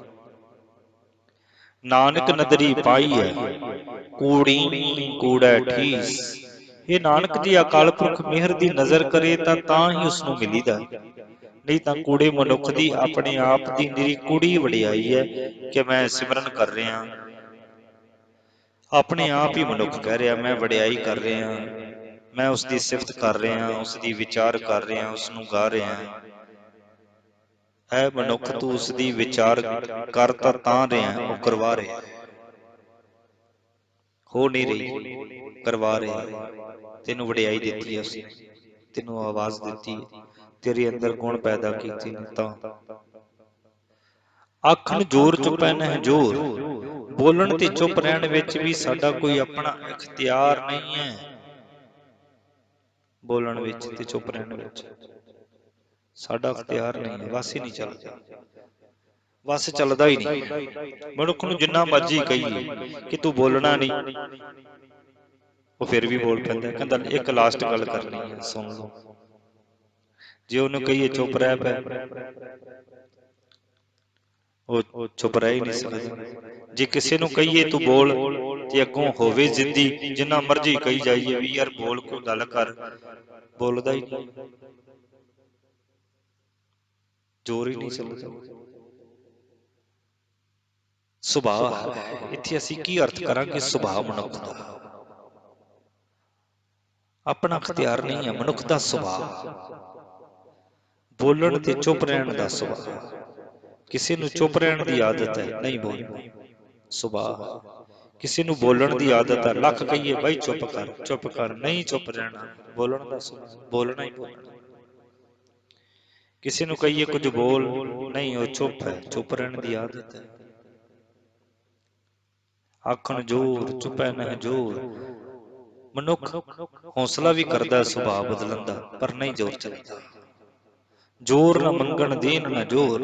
ਨਾ ਹੀ ਮੰਗਣ ਵਿੱਚ ਸਾਡੀ ਮਨ ਮਰਜ਼ੀ ਚੱਲਦੀ ਹੈ, ਤੇ ਨਾ ਹੀ ਦੇਣ ਵਿੱਚ। ਇੱਥੇ ਵੀ ਸੁਭਾਅ ਹੀ ਆ ਜਾਂਦਾ।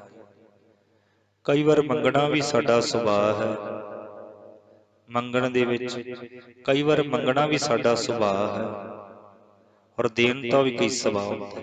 ਕਈਆਂ ਦਾ ਸੁਭਾਅ ਇਹ ਹੈ, ਸੁਭਾਅ ਆਦਤ ਮੰਗਣਾ ਹੀ ਮੰਗਣਾ, ਮੰਗ ਕੇ ਹੀ ਖਾਣਾ। ਜਿੰਨਾ ਮਰਜ਼ੀ ਪਦਾਰਥ ਘਰ ਦੇ ਵਿੱਚ ਹੋਵੇ, ਕੋਲ ਹੋਵੇ, ਸਾਰਾ ਕੁਝ ਹੋਵੇ, ਪਰ ਆਦਤ ਪਈ ਹੈ ਮੰਗਣ ਦੀ, ਜਾਂਦੀ ਨਹੀਂ ਮੰਗਣ ਦੀ ਆਦਤ, ਜ਼ੋਰ ਚੱਲਦਾ ਹੀ ਨਹੀਂ। ਉਸਨੂੰ ਜਿੰਨਾ ਮਰਜ਼ੀ ਕਹੀਏ ਭਰਾਵਾ ਨਾ ਮੰਗ, ਮੰਗਣ ਦੀ ਆਦਤ ਨਾ ਪਾ, ਮਨ ਨੂੰ ਮੰਗਤਾ ਨਾ ਬਣਾ। ਜੇ ਮਨ ਨੂੰ ਮੰਗਤਾ ਬਣਾਵੇਂਗਾ ਤੇ ਵਿਕਾਰਾਂ ਦੇ ਵਿੱਚ ਜ਼ਮੀਰ ਮਾਰ ਲੈਂਗਾ ਅੰਦਰ। ਉਹ ਰਸਤਾ ਜਿਹੜਾ ਗੁਰੂ ਨਾਨਕ ਨੇ ਦੱਸਿਆ, ਉਸ ਰਸਤੇ ਤੋਂ ਬੜੀ ਦੂਰ ਚਲਾ ਜਾਵੇਗਾ। ਤੇ ਕਈਆਂ ਦਾ ਸੁਭਾਅ ਹੈ ਦੇਣਾ, ਦਾਨ ਕਰਨਾ, ਕਿਸੇ ਦੀ ਮਦਦ ਕਰਨਾ। ਉਸਨੂੰ ਕਹੀਏ ਵੀ ਨਾ ਕਰ, ਕਹਿੰਦਾ ਮੇਰਾ ਸੁਭਾਅ, ਮੇਰੇ ਸੁਭਾਅ ਦੇ ਵਿੱਚ ਇਹ ਹੈ ਕਿ ਮੈਂ ਕਿਸੇ ਨੂੰ ਦੇਣਾ ਹੀ ਦੇਣਾ, ਮੇਰੇ ਕੋਲ ਵੀ ਨਾ ਹੋਵੇ ਮੈਂ ਤਾਂ ਵੀ ਦੇਣਾ ਹੀ ਦੇਣਾ। ਤੇ ਇੱਕ ਦਾ ਸੁਭਾਅ ਹੈ ਮੇਰੇ ਕੋਲ ਭਾਵੇਂ ਕੁਝ ਹੋਵੇ, ਘਰੇ ਸਾਰਾ ਕੁਝ ਹੀ ਹੋਵੇ, ਪਰ ਮੈਂ ਮੰਗਣਾ ਹੀ ਮੰਗਣਾ, ਮੰਗ ਕੇ ਹੀ ਖਾਣਾ, ਮੰਗ ਕੇ ਹੀ ਖਾਣਾ। ਤੇ ਕਈਆਂ ਦੇ ਕੋਲ ਕੁਝ ਵੀ ਨਹੀਂ ਹੈ, ਉਹ ਫਿਰ ਵੀ ਕਹਿੰਦੇ ਮੈਂ ਦੇਣਾ ਹੀ ਦੇਣਾ, ਮੈਂ ਦੇਣਾ ਹੀ ਦੇਣਾ। ਜ਼ੋਰ ਨਹੀਂ ਚੱਲਦਾ ਪਿਆ। ਜ਼ੋਰ ਨਾ ਜੀਵਨ ਮਰਨ ਨਾ ਜ਼ੋਰ, ਜੀਵਨ ਤੇ ਮਰਨ ਵਿੱਚ ਵੀ ਸਾਡਾ ਕੋਈ ਜ਼ੋਰ ਨਹੀਂ। ਮਨੁੱਖਤਾ, ਜਿਹੜਾ ਮਨੁੱਖ ਹੈ ਨਾ,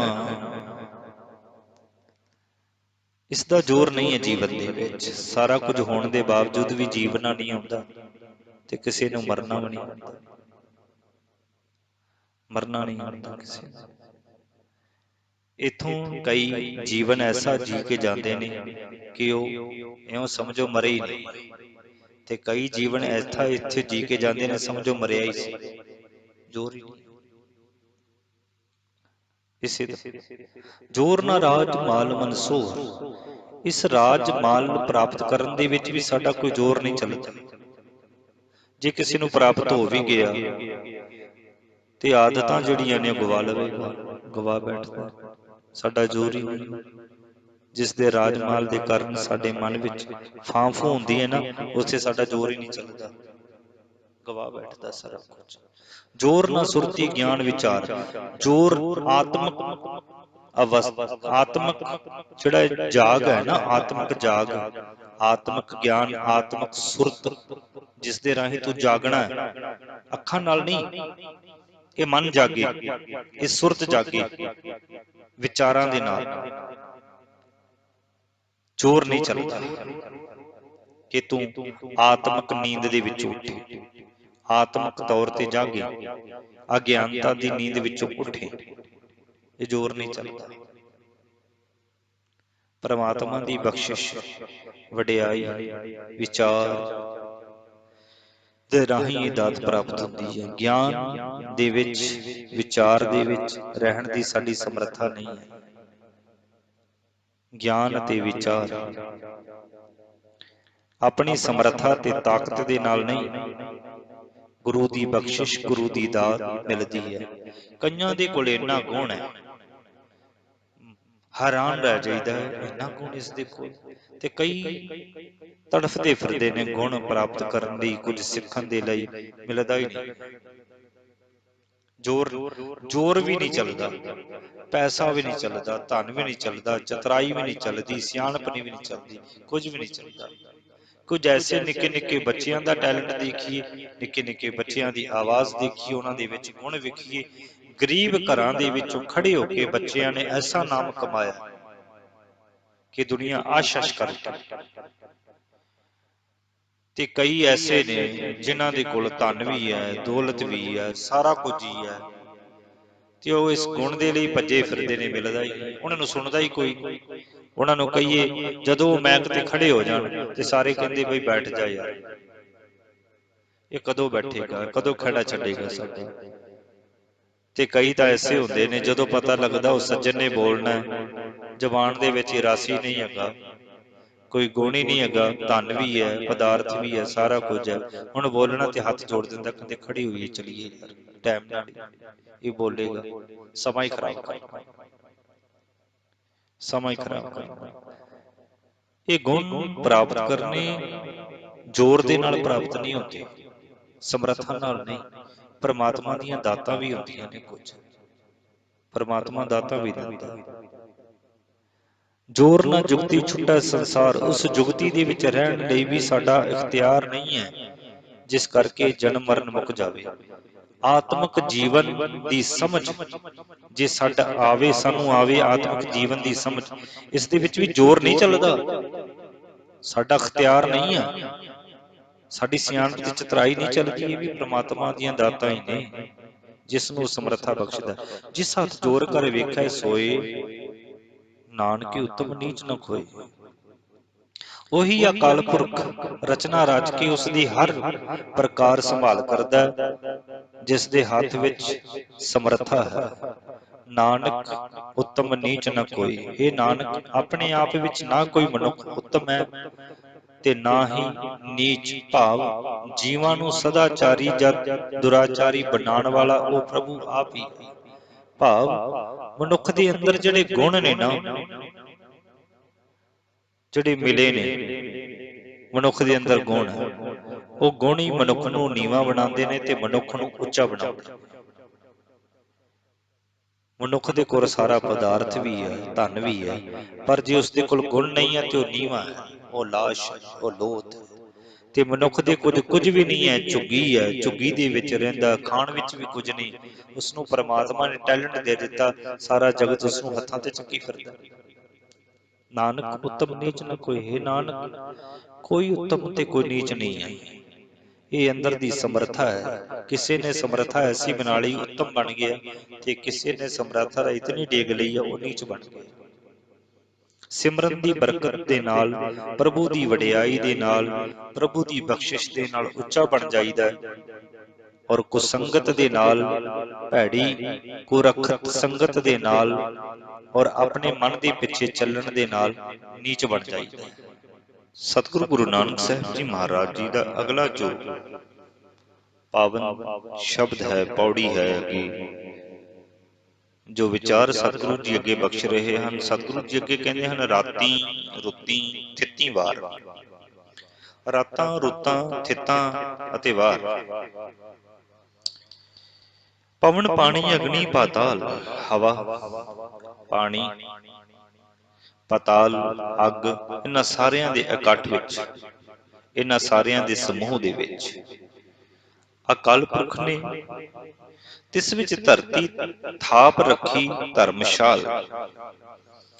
ਧਰਤੀ ਨੂੰ ਧਰਮ ਕਮਾਉਣ ਦਾ ਅਸਥਾਨ ਬਣਾ ਕੇ ਟਿਕਾ ਦਿੱਤਾ ਹੈ। ਧਰਮਸ਼ਾਲ ਬਣਾ ਦਿੱਤੀ ਹੈ ਧਰਤੀ ਨੂੰ, ਧਰਮਸ਼ਾਲ ਬਣਾ ਦਿੱਤੀ ਹੈ। ਜਿੱਥੇ ਧਰਮ ਕਮਾਉਣਾ ਹੈ, ਜਿੱਥੇ ਧਰਮੀ ਹੋ ਕੇ ਵਿਚਰਨਾ ਹੈ, ਜਿੱਥੇ ਸੱਚ ਦੀ ਗੱਲ ਚੱਲਣੀ ਹੈ, ਜਿੱਥੇ ਕੂੜ ਤੋਂ ਖਲਾਸੀ ਪਾਣੀ ਹੈ, ਜਿੱਥੇ ਉਸ ਅਕਾਲ ਪੁਰਖ ਨੂੰ ਹਿਰਦੇ ਵਿੱਚ ਵਸਾਉਣ ਦੀ ਗੱਲ ਹੋਣੀ ਹੈ, ਇਹ ਧਰਮਸ਼ਾਲ ਹੈ। ਧਰਤੀ ਨੂੰ ਧਰਮਸ਼ਾਲ ਬਣਾ ਦਿੱਤਾ। ਇਸ ਵਿੱਚ ਜੀ ਜੁਗਤ ਕੇ ਰੰਗ। ਇਸ ਧਰਤੀ ਉੱਤੇ ਕਈ ਜੁਗਤੀਆਂ ਅਤੇ ਰੰਗਾਂ ਦੇ ਜੀਵ ਵਸਦੇ ਹਨ।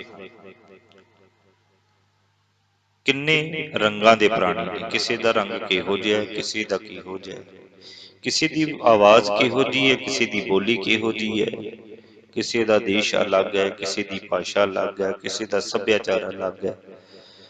ਤਿੰਨ ਕੇ ਨਾਮ ਅਨੇਕ ਅਨੰਤ, ਜਿਨ੍ਹਾਂ ਦੇ ਅਨੇਕਾਂ ਅਣਗਿਣਤ ਹੀ ਨਾਮ ਨੇ। ਕਿਸੇ ਦਾ ਕੀ ਨਾਮ ਹੈ, ਕਿਸੇ ਦਾ ਕੀ ਨਾਮ ਹੈ, ਸਭ ਦਾ ਅਲੱਗ ਅਲੱਗ ਨਾਮ ਹੈ, ਅਣਗਿਣਤ ਰਚਨਾ ਹੈ। ਕਰਮੀ ਕਰਮੀ ਹੋਈ ਵਿਚਾਰ, ਆਪੋ ਆਪਣੇ ਕੀਤੇ ਹੋਏ ਕਰਮਾਂ ਅਨੁਸਾਰ ਅਕਾਲ ਪੁਰਖ ਦੇ ਦਰ ਤੇ ਨਿਵੇੜਾ ਹੁੰਦਾ ਹੈ। ਉਸ ਅਕਾਲ ਪੁਰਖ ਵਾਹਿਗੁਰੂ ਜੀ ਦੇ ਦਰ ਤੇ ਨਿਵੇੜਾ ਹੁੰਦਾ ਆਪਣੇ ਆਪੋ ਕਰਮਾਂ ਦੇ ਅਨੁਸਾਰ। ਸੱਚਾ ਆਪ ਸੱਚਾ ਦਰਬਾਰ, ਜਿਸ ਵਿੱਚ ਕੋਈ ਉਕਾਈ ਨਹੀਂ ਹੁੰਦੀ, ਕਿਉਂਕਿ ਨਿਆਂ ਕਰਨ ਵਾਲਾ ਅਕਾਲ ਪੁਰਖ ਆਪ ਸੱਚਾ ਹੈ, ਉਸ ਦਾ ਦਰਬਾਰ ਵੀ ਸੱਚਾ ਹੈ। ਉਹ ਨਿਆਂ ਕਰਨ ਵਾਲਾ ਹੈ, ਸੱਚਾ ਹੈ। ਸੱਚ ਤੇ ਚੱਲਣ ਵਾਲੇ ਹਮੇਸ਼ਾ ਉਹਨਾਂ ਦੀ ਜਿੱਤ ਹੁੰਦੀ ਹੈ। ਅੰਤ ਸੱਚ ਹੀ ਪ੍ਰਧਾਨ ਹੁੰਦਾ ਹੈ। ਕੂੜ ਇੱਕ ਨਾ ਇੱਕ ਦਿਨ ਝੂਠਾ ਪੈ ਜਾਂਦਾ ਹੈ। ਮਨੁੱਖ ਦੇ ਸੰਸਕਾਰ, ਕੂੜ ਤੇ ਚੱਲ ਕੇ ਮਨੁੱਖ ਦੇ ਸੰਸਕਾਰ ਵੀ ਕੂੜੇ ਵਰਗੇ ਹੋ ਜਾਂਦੇ ਨੇ, ਕੂੜ ਹੋ ਜਾਂਦਾ ਹੈ। ਸੰਸਕਾਰਾਂ ਦੇ ਵਿੱਚ ਕੂੜ ਭਰਿਆ ਜਾਂਦਾ ਹੈ। ਸੱਚ ਤੇ ਚੱਲ ਕੇ ਦੁੱਖ ਭਾਵੇਂ ਸਵੇਂ, ਕਸ਼ਟ ਭਾਵੇਂ ਸਵੇਂ, ਪਰ ਸੰਸਕਾਰਾਂ ਦੇ ਵਿੱਚ ਸੱਚ ਬਣ ਜਾਂਦਾ ਹੈ ਤੇ ਤੇਰੀ ਜ਼ਿੰਦਗੀ ਜਿਹੜੀ ਹੈ ਨਾ, ਉਹ ਸਮਝ ਲਓ ਉਸ ਦੀ ਘਾੜਤ ਘੜੀ ਗਈ ਹੈ। ਜ਼ਿੰਦਗੀ ਦੀ ਘਾੜਤ ਘੜੀ ਗਈ ਹੈ। ਉਹ ਆਪ ਸੱਚਾ ਹੈ, ਉਸ ਦਾ ਦਰਬਾਰ ਸੱਚਾ ਹੈ, ਔਰ ਸੱਚ ਦੀ ਘਾੜਤ ਉੱਥੇ ਘੜੀ ਜਾਂਦੀ ਹੈ।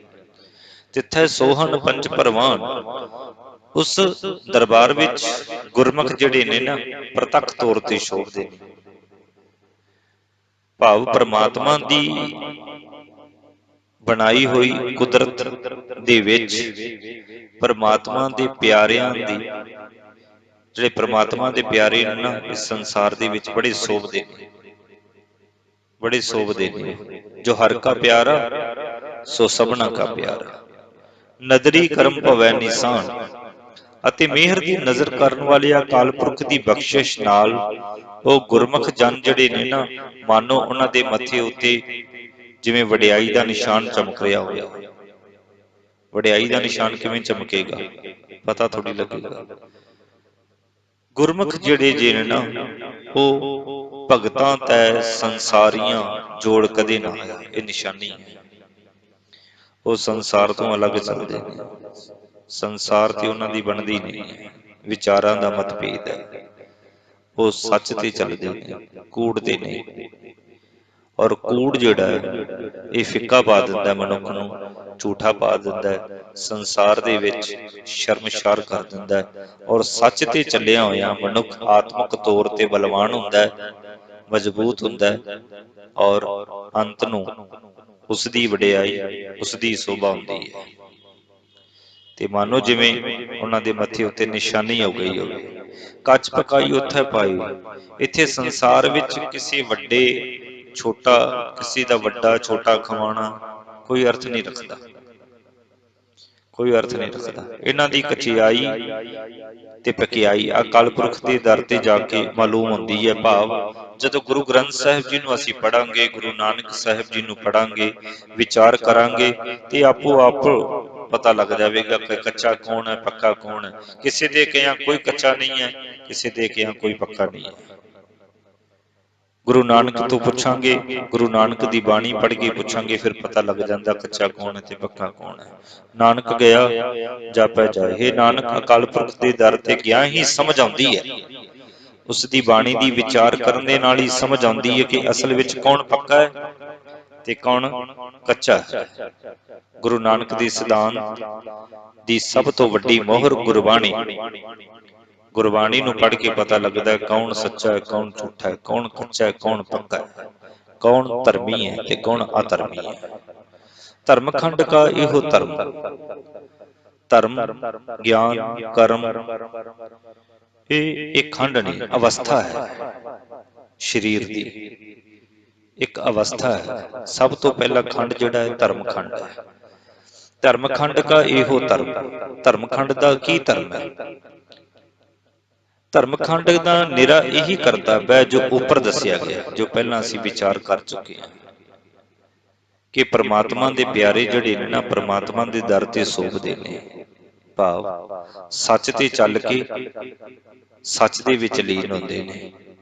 ਉਹ ਮੰਨਦੇ ਨੇ ਕਿ ਕੋਈ ਕੱਚਾ ਕੋਈ ਪੱਕਾ ਨਹੀਂ ਹੈ। ਪ੍ਰਮਾਤਮਾ ਦੀ ਰਜ਼ਾ ਦੇ ਵਿੱਚ ਚੱਲ ਕੇ ਸਮਝ ਪੈਂਦੇ ਆ ਕਿ ਕੌਣ ਕੱਚਾ ਹੈ, ਕੌਣ ਪੱਕਾ ਹੈ। ਗਿਆਨ ਖੰਡ ਕਾ ਆਖੋ ਕਰਮ। ਹੁਣ ਗਿਆਨ ਖੰਡ ਦਾ ਕਰਤੱਵ ਵੀ ਸਮਝ ਲਵੋ।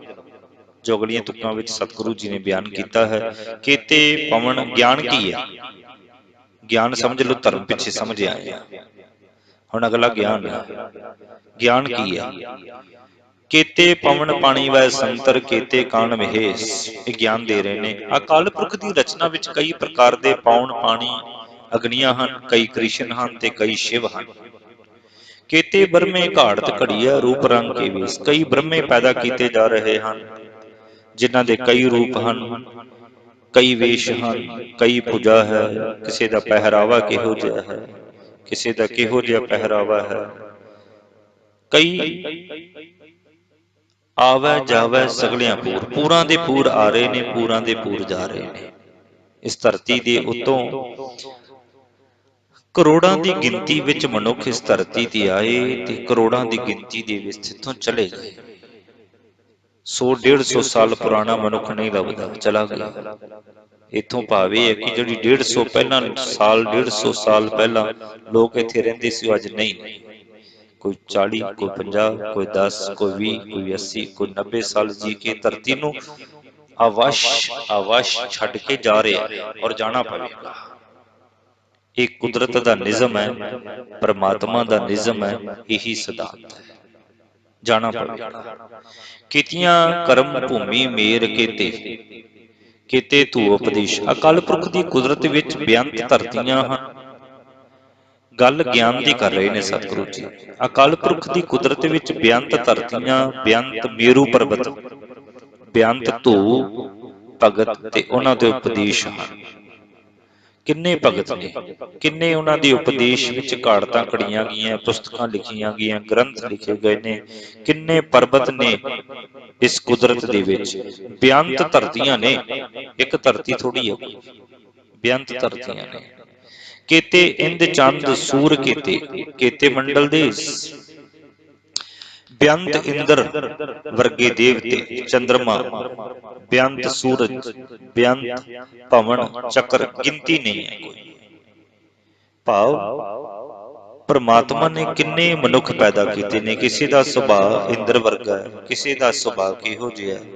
ਕਿੰਨੇ ਚੰਦਰਮਾ ਨੇ, ਬੇਅੰਤ ਸੂਰਜ ਨੇ। ਸਾਇੰਸ ਖੋਜ ਕਰਦੀ ਹੈ ਤੇ ਦੱਸਦੀ ਹੈ ਕਿ ਸੂਰਜ ਇੱਕ ਨਹੀਂ ਹੈ, ਹੋਰ ਵੀ ਹੈ।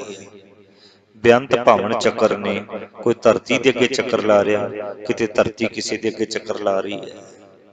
ਕੇਤੇ ਸਿੱਧ ਬੁੱਧ ਨਾਥ ਕੇਤੇ, ਕੇਤੇ ਦੇਵੀ ਵੇਸ, ਬੇਅੰਤ ਸਿੱਧ ਹਨ, ਬੇਅੰਤ ਬੁੱਧ ਅਵਤਾਰ ਹਨ, ਬੇਅੰਤ ਨਾਥ ਹਨ, ਬੇਅੰਤ ਦੇਵੀਆਂ ਦੇ ਪਹਿਰਾਵੇ ਹਨ, ਬੇਅੰਤ ਹਨ ਸਿੱਧ ਪੁਰਸ਼, ਬੇਅੰਤ ਬੁੱਧ ਅਵਤਾਰ ਹੋ ਗਏ ਇਸ ਧਰਤੀ ਦੇ ਉੱਤੋਂ। ਬੇਅੰਤ ਨਾਥ ਆਪਣੇ ਆਪ ਨੂੰ ਨਾਥ ਕਹਾਉਣ ਵਾਲੇ ਹੈ। ਬੇਅੰਤ ਦੇਵੀਆਂ ਨੇ ਤੇ ਬੇਅੰਤ ਦੇਵੀਆਂ ਦੇ ਪਹਿਰਾਵੇ ਨੇ, ਕੋਈ ਗਿਣਤੀ ਨਹੀਂ ਹੈ। ਕਿਸੇ ਦਾ ਪਹਿਰਾਵਾ ਕਿਹੋ ਜਿਹਾ, ਕਿਸੇ ਦਾ ਕਿਹੋ ਜਿਹਾ ਪਹਿਰਾਵਾ। ਕੋਈ ਚਿੱਟਾ ਪਹਿਨਦਾ, ਕੋਈ ਕਾਲਾ ਪਹਿਨਦਾ, ਕੋਈ ਭਗਵਾ ਪਹਿਨਦਾ, ਕੋਈ ਲਾਲ ਪਹਿਨਦਾ, ਕੋਈ ਗੇਰੂ ਪਹਿਨਦਾ, ਕੋਈ ਗਿਣਤੀ ਨਹੀਂ ਹੈ। ਕਿਸੇ ਦੀ ਕੋਈ ਗਿਣਤੀ ਨਹੀਂ। ਕੇਤੇ ਦੇਵ ਦਾਨਵ ਮੁਨ ਕੇਤੇ, ਕੇਤੇ ਰਤਨ ਸਮੁੰਦ। ਅਕਾਲ ਪੁਰਖ ਦੀ ਰਚਨਾ ਵਿੱਚ ਬੇਅੰਤ ਦੇਵਤੇ ਤੇ ਦੈਂਤ ਹਨ, ਬੇਅੰਤ ਮੁਨੀ ਹਨ, ਬੇਅੰਤ ਪ੍ਰਕਾਰ ਦੇ ਰਤਨ ਤੇ ਰਤਨਾਂ ਦੇ ਸਮੁੰਦਰ ਹਨ। ਬੇਅੰਤ ਕੋਈ ਰਚਨਾ ਦਾ ਆਗਾਧ ਬੋਧ ਥੋੜੀ ਹੈ, ਕੋਈ ਬੋਧ ਨਹੀਂ।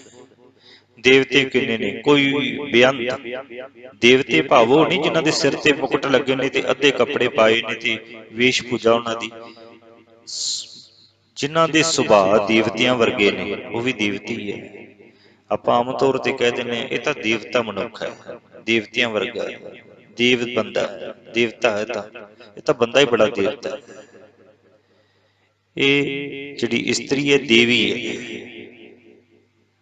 ਚੰਗੇ ਸੁਭਾਅ ਵਾਲਾ ਮਨੁੱਖ ਦੇਵਤਾ ਹੈ, ਚੰਗੇ ਸੁਭਾਅ ਵਾਲੀ ਦੇਵੀ ਹੈ। ਅਕਾਲ ਪੁਰਖ ਦੀ ਰਚਨਾ ਵਿੱਚ ਬੇਅੰਤ ਦੇਵਤੇ ਤੇ ਦੈਂਤ ਵੀ ਬੇਅੰਤ ਨੇ, ਇੱਕ ਨਹੀਂ ਹੈ। ਕੋਈ ਕਿਸੇ ਨੂੰ ਖਾ ਰਿਹਾ, ਕਿਸੇ ਦਾ ਹੱਕ ਖਾ ਰਿਹਾ, ਕੋਈ ਕਿਸੇ ਨੂੰ ਲੁੱਟ ਰਿਹਾ, ਕੋਈ ਕਿਸੇ ਨੂੰ ਆਤਮਕ ਤੌਰ ਤੇ ਖਤਮ ਕਰ ਰਿਹਾ, ਹਿਰਾਸ਼ਮੈਂਟ ਕਰ ਰਿਹਾ, ਕੋਈ ਕਿਵੇਂ ਕਰ ਰਿਹਾ। ਦੈਂਤ ਬਿਰਤੀ ਵੀ ਅਨੇਕਾਂ ਤਰ੍ਹਾਂ ਦੀ ਹੈ, ਅਨੇਕਾਂ ਤਰ੍ਹਾਂ ਦੀ ਹੈ। ਬੇਅੰਤ ਪ੍ਰਕਾਰ ਦੇ ਰਤਨ ਤੇ ਰਤਨਾਂ ਦੇ ਸਮੁੰਦਰ ਹਨ। ਸਮੁੰਦਰ ਦੇ ਵਿੱਚੋਂ ਹੀ ਰਤਨ ਨਿਕਲਦੇ ਹੈ, ਸਮੁੰਦਰ ਦੇ ਵਿੱਚੋਂ ਹੀ ਸਾਰਾ ਕੁਝ ਨਿਕਲਦਾ ਹੈ। ਔਰ ਬੇਅੰਤ ਹੈ ਇਹਨਾਂ ਦੀ ਜਿਹੜੀ ਗਿਣਤੀ ਹੈ, ਇਹਨਾਂ ਦੀ, ਇਹਨਾਂ ਦਾ ਕੋਈ ਰਤਨ ਹੈ, ਕੋਈ ਲਾਲ ਹੈ, ਕੋਈ ਹੀਰੇ ਹੈ, ਬੇਅੰਤ ਹੈ। ਕੇਤੀਆਂ ਖਾਣੀ, ਕੇਤੀਆਂ ਬਾਣੀ, ਕੇਤੇ ਪਾਤ ਨਿਰਿੰਦ। ਗੱਲ ਚੱਲ ਰਹੀ ਹੈ ਗਿਆਨ ਦੀ। ਜੀਵ ਰਚਨਾ ਦੀਆਂ ਬੇਅੰਤ ਖਾਣੀਆਂ ਹਨ। ਜੀਵਾਂ ਦੀਆਂ ਬੋਲੀਆਂ ਵੀ ਚਾਰ ਨਹੀਂ ਗੀਆਂ, ਬੇਅੰਤ ਬਾਣੀਆਂ ਹਨ। ਬੇਅੰਤ ਬਾਣੀਆਂ ਭਾਵ ਬੋਲੀਆਂ। ਪਰਮਾਤਮਾ ਦੀ ਕੋਈ ਬੋਲੀ ਨਹੀਂ ਹੈ, ਮਨੁੱਖਾਂ ਦੀ ਬੋਲੀ ਹੈ। ਪਰਮਾਤਮਾ ਦੀ ਕੋਈ ਬੋਲੀ ਨਹੀਂ ਹੈ। ਪਰਮਾਤਮਾ ਦੀ ਬੋਲੀ ਕੀ ਹੈ? ਭਾਖਿਆ ਭਾਉ ਅਪਾਰ, ਭਾਖਿਆ ਬੋਲੀ। ਪਰਮਾਤਮਾ ਦੀ ਬੋਲੀ ਹੈ ਭਾਉ, ਪ੍ਰੇਮ ਵਾ, ਉਹ ਤਾਂ ਪ੍ਰੇਮ ਦੀ ਭਾਸ਼ਾ ਸਮਝਦਾ। ਇਹ ਮਨੁੱਖ ਧਰਤੀ ਤੇ ਰਹਿਣ ਵਾਲੇ ਹੋ, ਤੁਹਾਡੀ ਇੱਕ ਬੋਲੀ ਨਹੀਂ ਹੈ, ਬੇਅੰਤ ਬੋਲੀਆਂ। ਬੇਅੰਤ ਤੇ ਬੇਅੰਤ ਪਾਤਸ਼ਾਹ ਤੇ ਬੇਅੰਤੀ ਰਾਜੇ ਨੇ, ਕੋਈ ਇੱਕ ਰਾਜਾ ਨਹੀਂ ਹੈ। ਵੱਡੇ ਤੋਂ ਵੱਡੇ ਪਾਤਸ਼ਾਹ ਅਖਵਾਉਣ ਵਾਲੇ, ਬੇਅੰਤ ਰਾਜੇ ਅਖਵਾਉਣ ਵਾਲੇ ਇਸ ਧਰਤੀ ਦੇ ਉੱਤੇ ਕਈ ਆਏ, ਕਈ ਚਲੇ ਗਏ, ਕਈ ਆਉਣਗੇ, ਕਈ ਚਲੇ ਜਾਣਗੇ। ਕੇਤੀਆਂ ਸੁਰਤੀ ਸੇਵਕ ਕੇਤੇ, ਨਾਨਕ ਅੰਤ ਨਾ ਅੰਤ। ਬੇਅੰਤ ਪ੍ਰਕਾਰ ਦੇ ਧਿਆਨ ਹਨ ਜੋ ਜੀਵ ਮਨ ਦੁਆਰਾ ਲਾਉਂਦੇ ਹਨ। ਕੋਈ ਧਿਆਨ ਇੱਕ ਨਹੀਂ ਹੈ। ਕਿਸੇ ਨੂੰ ਪੁੱਛੋ ਧਿਆਨ ਕਿਹੋ ਜਿਹਾ ਲਾਣਾ, ਉਹ ਦੱਸਦਾ ਫਿਰ ਇਸ ਤਰ੍ਹਾਂ ਧਿਆਨ ਲਾਣਾ। ਦੂਸਰੇ ਨੇ ਪੁੱਛੋ, ਕਹਿੰਦੇ ਨਹੀਂ, ਥੋੜਾ ਜਿਹਾ ਢੰਗ ਵੱਖਰਾ ਹੈ ਮੇਰਾ, ਮੈਂ ਹੋਰ ਤਰ੍ਹਾਂ ਸਮਝਾਵਾਂਗਾ। ਉਹ ਢੰਗ ਹੋਰ ਤਰ੍ਹਾਂ ਨਾਲ ਸਮਝਾਉਂਦਾ ਹੈ। ਧਿਆਨ ਲਾਉਣ ਦੇ ਵੀ ਅਨੇਕਾਂ ਢੰਗ ਨੇ, ਇੱਕ ਢੰਗ ਨਹੀਂ ਹੈ। ਕੋਈ ਧਿਆਨ ਕਿਸ ਤਰ੍ਹਾਂ ਲਾਉਂਦਾ ਹੈ, ਕੋਈ ਧਿਆਨ ਕਿਸ ਤਰ੍ਹਾਂ ਲਾਉਂਦਾ ਹੈ, ਕੋਈ ਸੰਗੀਤ ਦੇ ਨਾਲ ਧਿਆਨ ਲਾਉਂਦਾ ਹੈ, ਕੋਈ ਆਪਣੇ ਆਪ ਵਿੱਚ ਖੁੱਭ ਕੇ ਧਿਆਨ ਲਾਉਂਦਾ ਹੈ, ਕੋਈ ਕਿਸੇ ਚੀਜ਼ ਦਾ ਧਿਆਨ ਧਰਦਾ ਹੈ, ਕੋਈ ਪੁਸਤਕ ਦਾ, ਕੋਈ ਗਿਆਨ, ਕੋਈ ਤਸਵੀਰ ਦਾ ਧਿਆਨ ਧਰਦਾ ਹੈ। ਬੇਅੰਤ ਪ੍ਰਕਾਰ ਦੇ ਧਿਆਨ ਹਨ। ਕੀਤੀਆਂ ਸੁਰਤੀ, ਸੁਰਤੀ ਧਿਆਨ। ਸੇਵਕ ਕੀਤੇ ਨਾਨਕ ਅੰਤ ਨਾ ਅੰਤ, ਜੋ ਜੀਵ ਮਨ ਦੁਆਰਾ ਲਾਂਦੇ ਹਨ। ਬੇਅੰਤ ਸੇਵਕ ਹਨ, हे ਨਾਨਕ, ਕੋਈ ਅੰਤ ਨਹੀਂ ਪਾ ਸਕਦਾ। ਕਿਸੇ ਚੀਜ਼ ਦਾ ਅੰਤ ਹੈ ਹੀ ਨਹੀਂ, ਕੋਈ ਕਿਸੇ ਚੀਜ਼ ਦਾ ਅੰਤ ਹੀ ਨਹੀਂ ਹੈ। ਗਿਆਨ ਖੰਡ ਮੈਂ ਗਿਆਨ ਪ੍ਰਚੰਡ। ਗਿਆਨ ਖੰਡ ਵਿੱਚ ਭਾਵ ਮਨੁੱਖ ਦੀ ਗਿਆਨ ਅਵਸਥਾ ਵਿੱਚ ਗਿਆਨ ਹੀ ਬਲਵਾਨ ਹੁੰਦਾ ਹੈ। ਇਸ ਅਵਸਥਾ ਦੇ ਵਿੱਚ ਨਾ, ਜਿਹੜੀ ਦੂਸਰੀ ਅਵਸਥਾ ਹੈ ਧਰਮ ਤੋਂ ਬਾਅਦ, ਜੇ ਧਰਮੀ ਹੋ ਗਿਆ ਤੇ ਗਿਆਨ ਵੀ ਜ਼ਰੂਰੀ ਹੈ। ਧਰਮੀ ਹੋਣਾ ਕੋਈ ਵੱਡੇ ਮਾਇਨੇ ਨਹੀਂ ਰੱਖਦਾ। ਜੇ ਧਰਮੀ ਹੋ ਗਿਆ ਤੇ ਗਿਆਨ ਹੀ ਨਾ ਹੋਇਆ ਤੇ ਫਿਰ ਧਰਮੀ ਹੋਣ ਦਾ ਕੀ ਫਾਇਦਾ। ਧਰਮ ਹੋਣ, ਧਰਮੀ ਹੋਵੇਂ ਤੇ ਤੇਰੇ ਦੇ ਵਿੱਚ ਧਰਮ ਵਾਲੇ ਗੁਣ ਹਨ, ਤੇ ਧਰਮ ਤੋਂ ਬਾਅਦ ਤੂੰ ਗਿਆਨਵਾਨ ਹੋਵੇਂ ਤੇ ਗਿਆਨ ਵਾਲੇ ਗੁਣ ਵੀ ਤੇਰੇ ਵਿੱਚ ਹੋਣੇ ਚਾਹੀਦੇ ਨੇ। ਗਿਆਨ ਖੰਡ ਵਿੱਚ ਭਾਵ ਮਨੁੱਖ ਦੀ ਗਿਆਨ ਅਵਸਥਾ ਵਿੱਚ ਗਿਆਨ ਹੀ ਬਲਵਾਨ ਹੁੰਦਾ ਹੈ। ਤਿੱਥੈ ਨਾਦ ਵਿਨੋਦ ਕੂੜ ਆਨੰਦ। ਇਸ ਅਵਸਥਾ ਵਿੱਚ ਮਨ ਨੂੰ ਸਭ ਰਾਗਾਂ, ਤਮਾਸ਼ਿਆਂ ਤੇ ਕੌਤਕਾਂ ਦਾ ਸਵਾਦ ਆ ਜਾਂਦਾ ਹੈ। ਗਿਆਨ ਦਾ ਵੀ ਨਾ ਆਪਣਾ ਹੀ ਆਨੰਦ ਹੈ। ਗਿਆਨ ਦੀ ਜ਼ਿੰਦਗੀ ਵੀ ਔਰ ਗਿਆਨ ਦਾ ਜਿਹੜਾ ਕੌਤਕ ਹੈ, ਅਸਚਰਜਤਾ ਹੈ, ਇਹ ਵੀ ਆਪਣੀ ਦੁਨੀਆ ਹੈ। ਗਿਆਨ ਦੀ ਵੀ ਆਪਣੀ ਦੁਨੀਆ ਹੈ ਔਰ ਇਸ ਦਾ ਵੀ ਆਨੰਦ ਵੱਖਰਾ ਹੀ ਹੈ। ਅੱਗੇ ਸਤਿਗੁਰੂ ਜੀ ਕਹਿੰਦੇ ਸਰਮ, ਸਰਮ ਖੰਡ ਵੀ ਹੈ। ਸਰਮ ਕਹਿੰਦੇ ਨੇ ਉਦਮ ਨੂੰ, ਮਿਹਨਤ ਨੂੰ। ਸਰਮ ਨੂੰ ਵੀ ਖੰਡ ਕਿਹਾ। ਜਿੱਥੇ ਧਰਮ ਵੀ ਕਮਾਉਣ ਲਈ ਧਰਮ ਵੀ ਜ਼ਰੂਰੀ ਹੈ, ਜਿੱਥੇ ਗਿਆਨ ਵੀ ਜ਼ਰੂਰੀ ਹੈ, ਉੱਥੇ ਅੱਗੇ ਸਤਿਗੁਰੂ ਜੀ ਕਹਿੰਦੇ ਸਰਮ, ਮਿਹਨਤ ਵੀ ਜ਼ਰੂਰੀ ਹੈ। ਮਿਹਨਤ ਤੋਂ ਬਿਨਾਂ ਵੀ ਕੁਝ ਨਹੀਂ ਹੈ। ਸਰਮ ਖੰਡ ਕੀ ਬਾਣੀ ਰੂਪ, ਉਸ ਅਵਸਥਾ ਦੀ ਬਨਾਵਟ ਸੁੰਦਰਤਾ ਹੈ। ਭਾਵੇਂ ਇਸ ਅਵਸਥਾ ਵਿੱਚ ਆ ਕੇ ਮਨ ਦਿਨੋਂ ਦਿਨ ਸੋਹਣਾ ਬਣਨਾ ਸ਼ੁਰੂ ਹੋ ਜਾਂਦਾ ਹੈ। ਮਿਹਨਤ ਕਰੇਗਾ, ਧਰਮੀ ਬਣੇਗਾ, ਗਿਆਨ ਹੋਵੇਗਾ, ਔਰ ਗਿਆਨ ਤੋਂ ਬਾਅਦ ਮਿਹਨਤ ਕਰੇਗਾ ਤੇ ਮਿਹਨਤ ਤੋਂ ਬਾਅਦ ਉਸ ਉਦਮ ਦੀ ਅਵਸਥਾ ਦੇ ਵਿੱਚ ਬਨਾਵਟ ਜਿਹੜੀ ਬਣਦੀ ਹੈ, ਸੁੰਦਰਤਾ ਬਣਦੀ ਹੈ ਔਰ ਮਨ ਸੁੰਦਰ ਬਣਦਾ ਹੈ। ਦਿਨੋਂ ਦਿਨ ਸੋਹਣਾ ਬਣਦਾ ਜਾਂਦਾ ਮਨ, ਬਹੁਤ ਸੁੰਦਰ ਬਣਦਾ ਜਾਂਦਾ ਮਨ। ਤਿੱਥੈ ਘਾੜਤ ਘੜੀਐ ਬਹੁਤ ਅਨੂਪ, ਅਨੂਪ ਸੋਹਣਾ, ਬੜਾ ਸੋਹਣਾ। ਇਸ ਅਵਸਥਾ ਵਿੱਚ ਨਵੀਂ ਘਾੜਤ ਦੇ ਕਾਰਨ ਮਨ ਬਹੁਤ ਸੋਹਣਾ ਘੜਿਆ ਜਾਂਦਾ ਹੈ। ਮਨ ਦੀ ਘਾੜਤ ਘੜੀ ਜਾਂਦੀ ਹੈ। ਜਿੱਥੇ ਘਾੜਤ ਘੜੀਐ ਬਹੁਤ ਅਨੂਪ, ਮਨ ਦੀ ਘਾੜਤ ਘੜੀ ਜਾਂਦੀ ਤੇ ਮਨ ਬੜਾ ਸੁੰਦਰ ਬਣ ਜਾਂਦਾ ਹੈ, ਬਹੁਤ ਸੋਹਣਾ ਬਣ ਜਾਂਦਾ। ਤਾਂ ਕੀਆਂ ਗੱਲਾਂ ਕਥੀਆਂ ਨਾ ਜਾਹੇ, ਉਸ ਅਵਸਥਾ ਦੀਆਂ ਗੱਲਾਂ ਬਿਆਨ ਨਹੀਂ ਕੀਤੀਆਂ ਜਾ ਸਕਦੀਆਂ। ਜਿਸ ਅਵਸਥਾ ਦੇ ਵਿੱਚ ਮਨ ਸੁੰਦਰ ਬਣ ਜਾਂਦਾ ਹੈ ਤੇ ਮਨ ਦੀ ਘਾੜਤ ਘੜੀ ਜਾਂਦੀ ਹੈ, ਉਸ ਅਵਸਥਾ ਨੂੰ ਕੋਈ ਬਿਆਨ ਨਹੀਂ ਕਰ ਸਕਦਾ। ਜੇ ਕੋਈ ਕਹੇ ਪਿੱਛੇ ਪਛਤਾਈ, ਜੇ ਕੋਈ ਮਨੁੱਖ ਬਿਆਨ ਕਰਦਾ ਤੇ ਪਿੱਛੋਂ ਪਛਤਾਉਂਦਾ ਹੈ, ਕਿਉਂਕਿ ਉਹ ਬਿਆਨ ਕਰਨ ਦੇ ਸਮਰੱਥ ਨਹੀਂ ਹੈ। ਅੱਜ ਇਹਨਾਂ ਕੁ ਬਿਆਨ ਕੀਤਾ ਤੇ ਗਿਆਨ ਜਿਹੜੀ ਘਾੜਤ ਹੈ, ਘੜੀ ਹੈ, ਉਹ ਤਾਂ ਹੋਰ ਵੀ ਅੱਗੇ ਹੈ। ਤੇ ਫਿਰ ਮਨੁੱਖ ਪਛਤਾਉਂਦਾ ਹੈ, ਮੈਂ ਤਾਂ ਲਫ਼ਜ਼ ਹੀ ਛੋਟੇ ਕਹੇ ਨੇ, ਤਾਂ ਬਹੁਤ ਵੱਡਾ। ਤਿੱਥੈ ਘਾੜਤ ਘੜੀਐ, ਤਿੱਥੈ ਘੜੀਐ ਸੁਰਤ ਮਤ ਮਨ ਬੁੱਧ। ਉਸ ਮਿਹਨਤ ਵਾਲੀ ਅਵਸਥਾ, ਉਦਮ ਵਾਲੀ ਅਵਸਥਾ ਦੇ ਵਿੱਚ ਮਨੁੱਖ ਦੀ ਸੁਰਤ ਘੜੀ ਜਾਂਦੀ ਹੈ, ਮਤ ਘੜੀ ਜਾਂਦੀ ਹੈ। ਸੁਰਤ ਤੇ ਮਤ ਉੱਚੀ ਹੋ ਜਾਂਦੀ ਹੈ ਤੇ ਮਨ ਦੇ ਵਿੱਚ ਨਾ ਗਿਆਨ ਰੂਪੀ ਜਾਗਰਤੀ ਆ ਜਾਂਦੀ ਹੈ, ਉੱਚਾ ਹੋ ਜਾਂਦਾ ਹੈ ਮਨ, ਮਨ ਉੱਚਾ ਹੋ ਜਾਂਦਾ ਹੈ। ਤਿੱਥੈ ਘੜੀਐ ਸੁਰਤ, ਤਿੱਥੈ ਘੜੀਐ ਸੁਰਾਂ ਸਿੱਧਾਂ ਕੀ ਸੁਧ। ਸਰਮ ਖੰਡ ਵਿੱਚ ਦੇਵਤਿਆਂ ਤੇ ਸਿੱਧਾਂ ਵਾਲੀ ਅਕਲ ਮਨੁੱਖ ਦੇ ਅੰਦਰ ਬਣ ਜਾਂਦੀ ਹੈ। ਜਿੱਥੇ ਘਾੜਤ ਘੜੀ ਜਾਂਦੀ ਹੈ ਨਾ, ਜਿੱਥੇ ਘਾੜਤ ਘੜੀ ਜਾਂਦੀ ਉਦਮ ਵਾਲੀ, ਤਿੱਥੈ ਘੜੀਐ ਸੁਰਾਂ ਸਿੱਧਾਂ ਕੀ ਸੁਧ। ਸਰਮਖੰਡ ਦੀ ਅਵਸਥਾ ਵਿੱਚ, ਉਦਮ ਵਾਲੀ ਅਵਸਥਾ ਵਿੱਚ ਦੇਵਤਿਆਂ ਤੇ ਸਿੱਧਾਂ ਵਾਲੀ ਅਕਲ, ਉਹ ਸੁਰਤੀ ਮਨੁੱਖ ਦੇ ਅੰਦਰ ਬਣ ਜਾਂਦੀ ਹੈ। ਉਹਨਾਂ ਦੀ ਸੁਰਤੀ ਬਹੁਤ ਉੱਚੀ ਹੋ ਜਾਂਦੀ ਹੈ, ਸੋਚ ਬੜੀ ਉੱਚੀ ਹੋ ਜਾਂਦੀ ਹੈ, ਸਭ ਤੋਂ ਨਿਵੇਕਲੇ ਹੋ ਕੇ ਵਿਚਰਦੇ ਨੇ ਉਹ ਉਦਮ ਵਾਲੀ ਅਵਸਥਾ ਦੇ ਵਿੱਚ। ਅੱਗੇ ਜਿਹੜੀ ਅਵਸਥਾ ਨੂੰ ਬਿਆਨ ਕੀਤਾ ਸਤਿਗੁਰੂ ਜੀ ਨੇ, ਕਰਮ ਖੰਡ ਵਾਲੀ ਅਵਸਥਾ।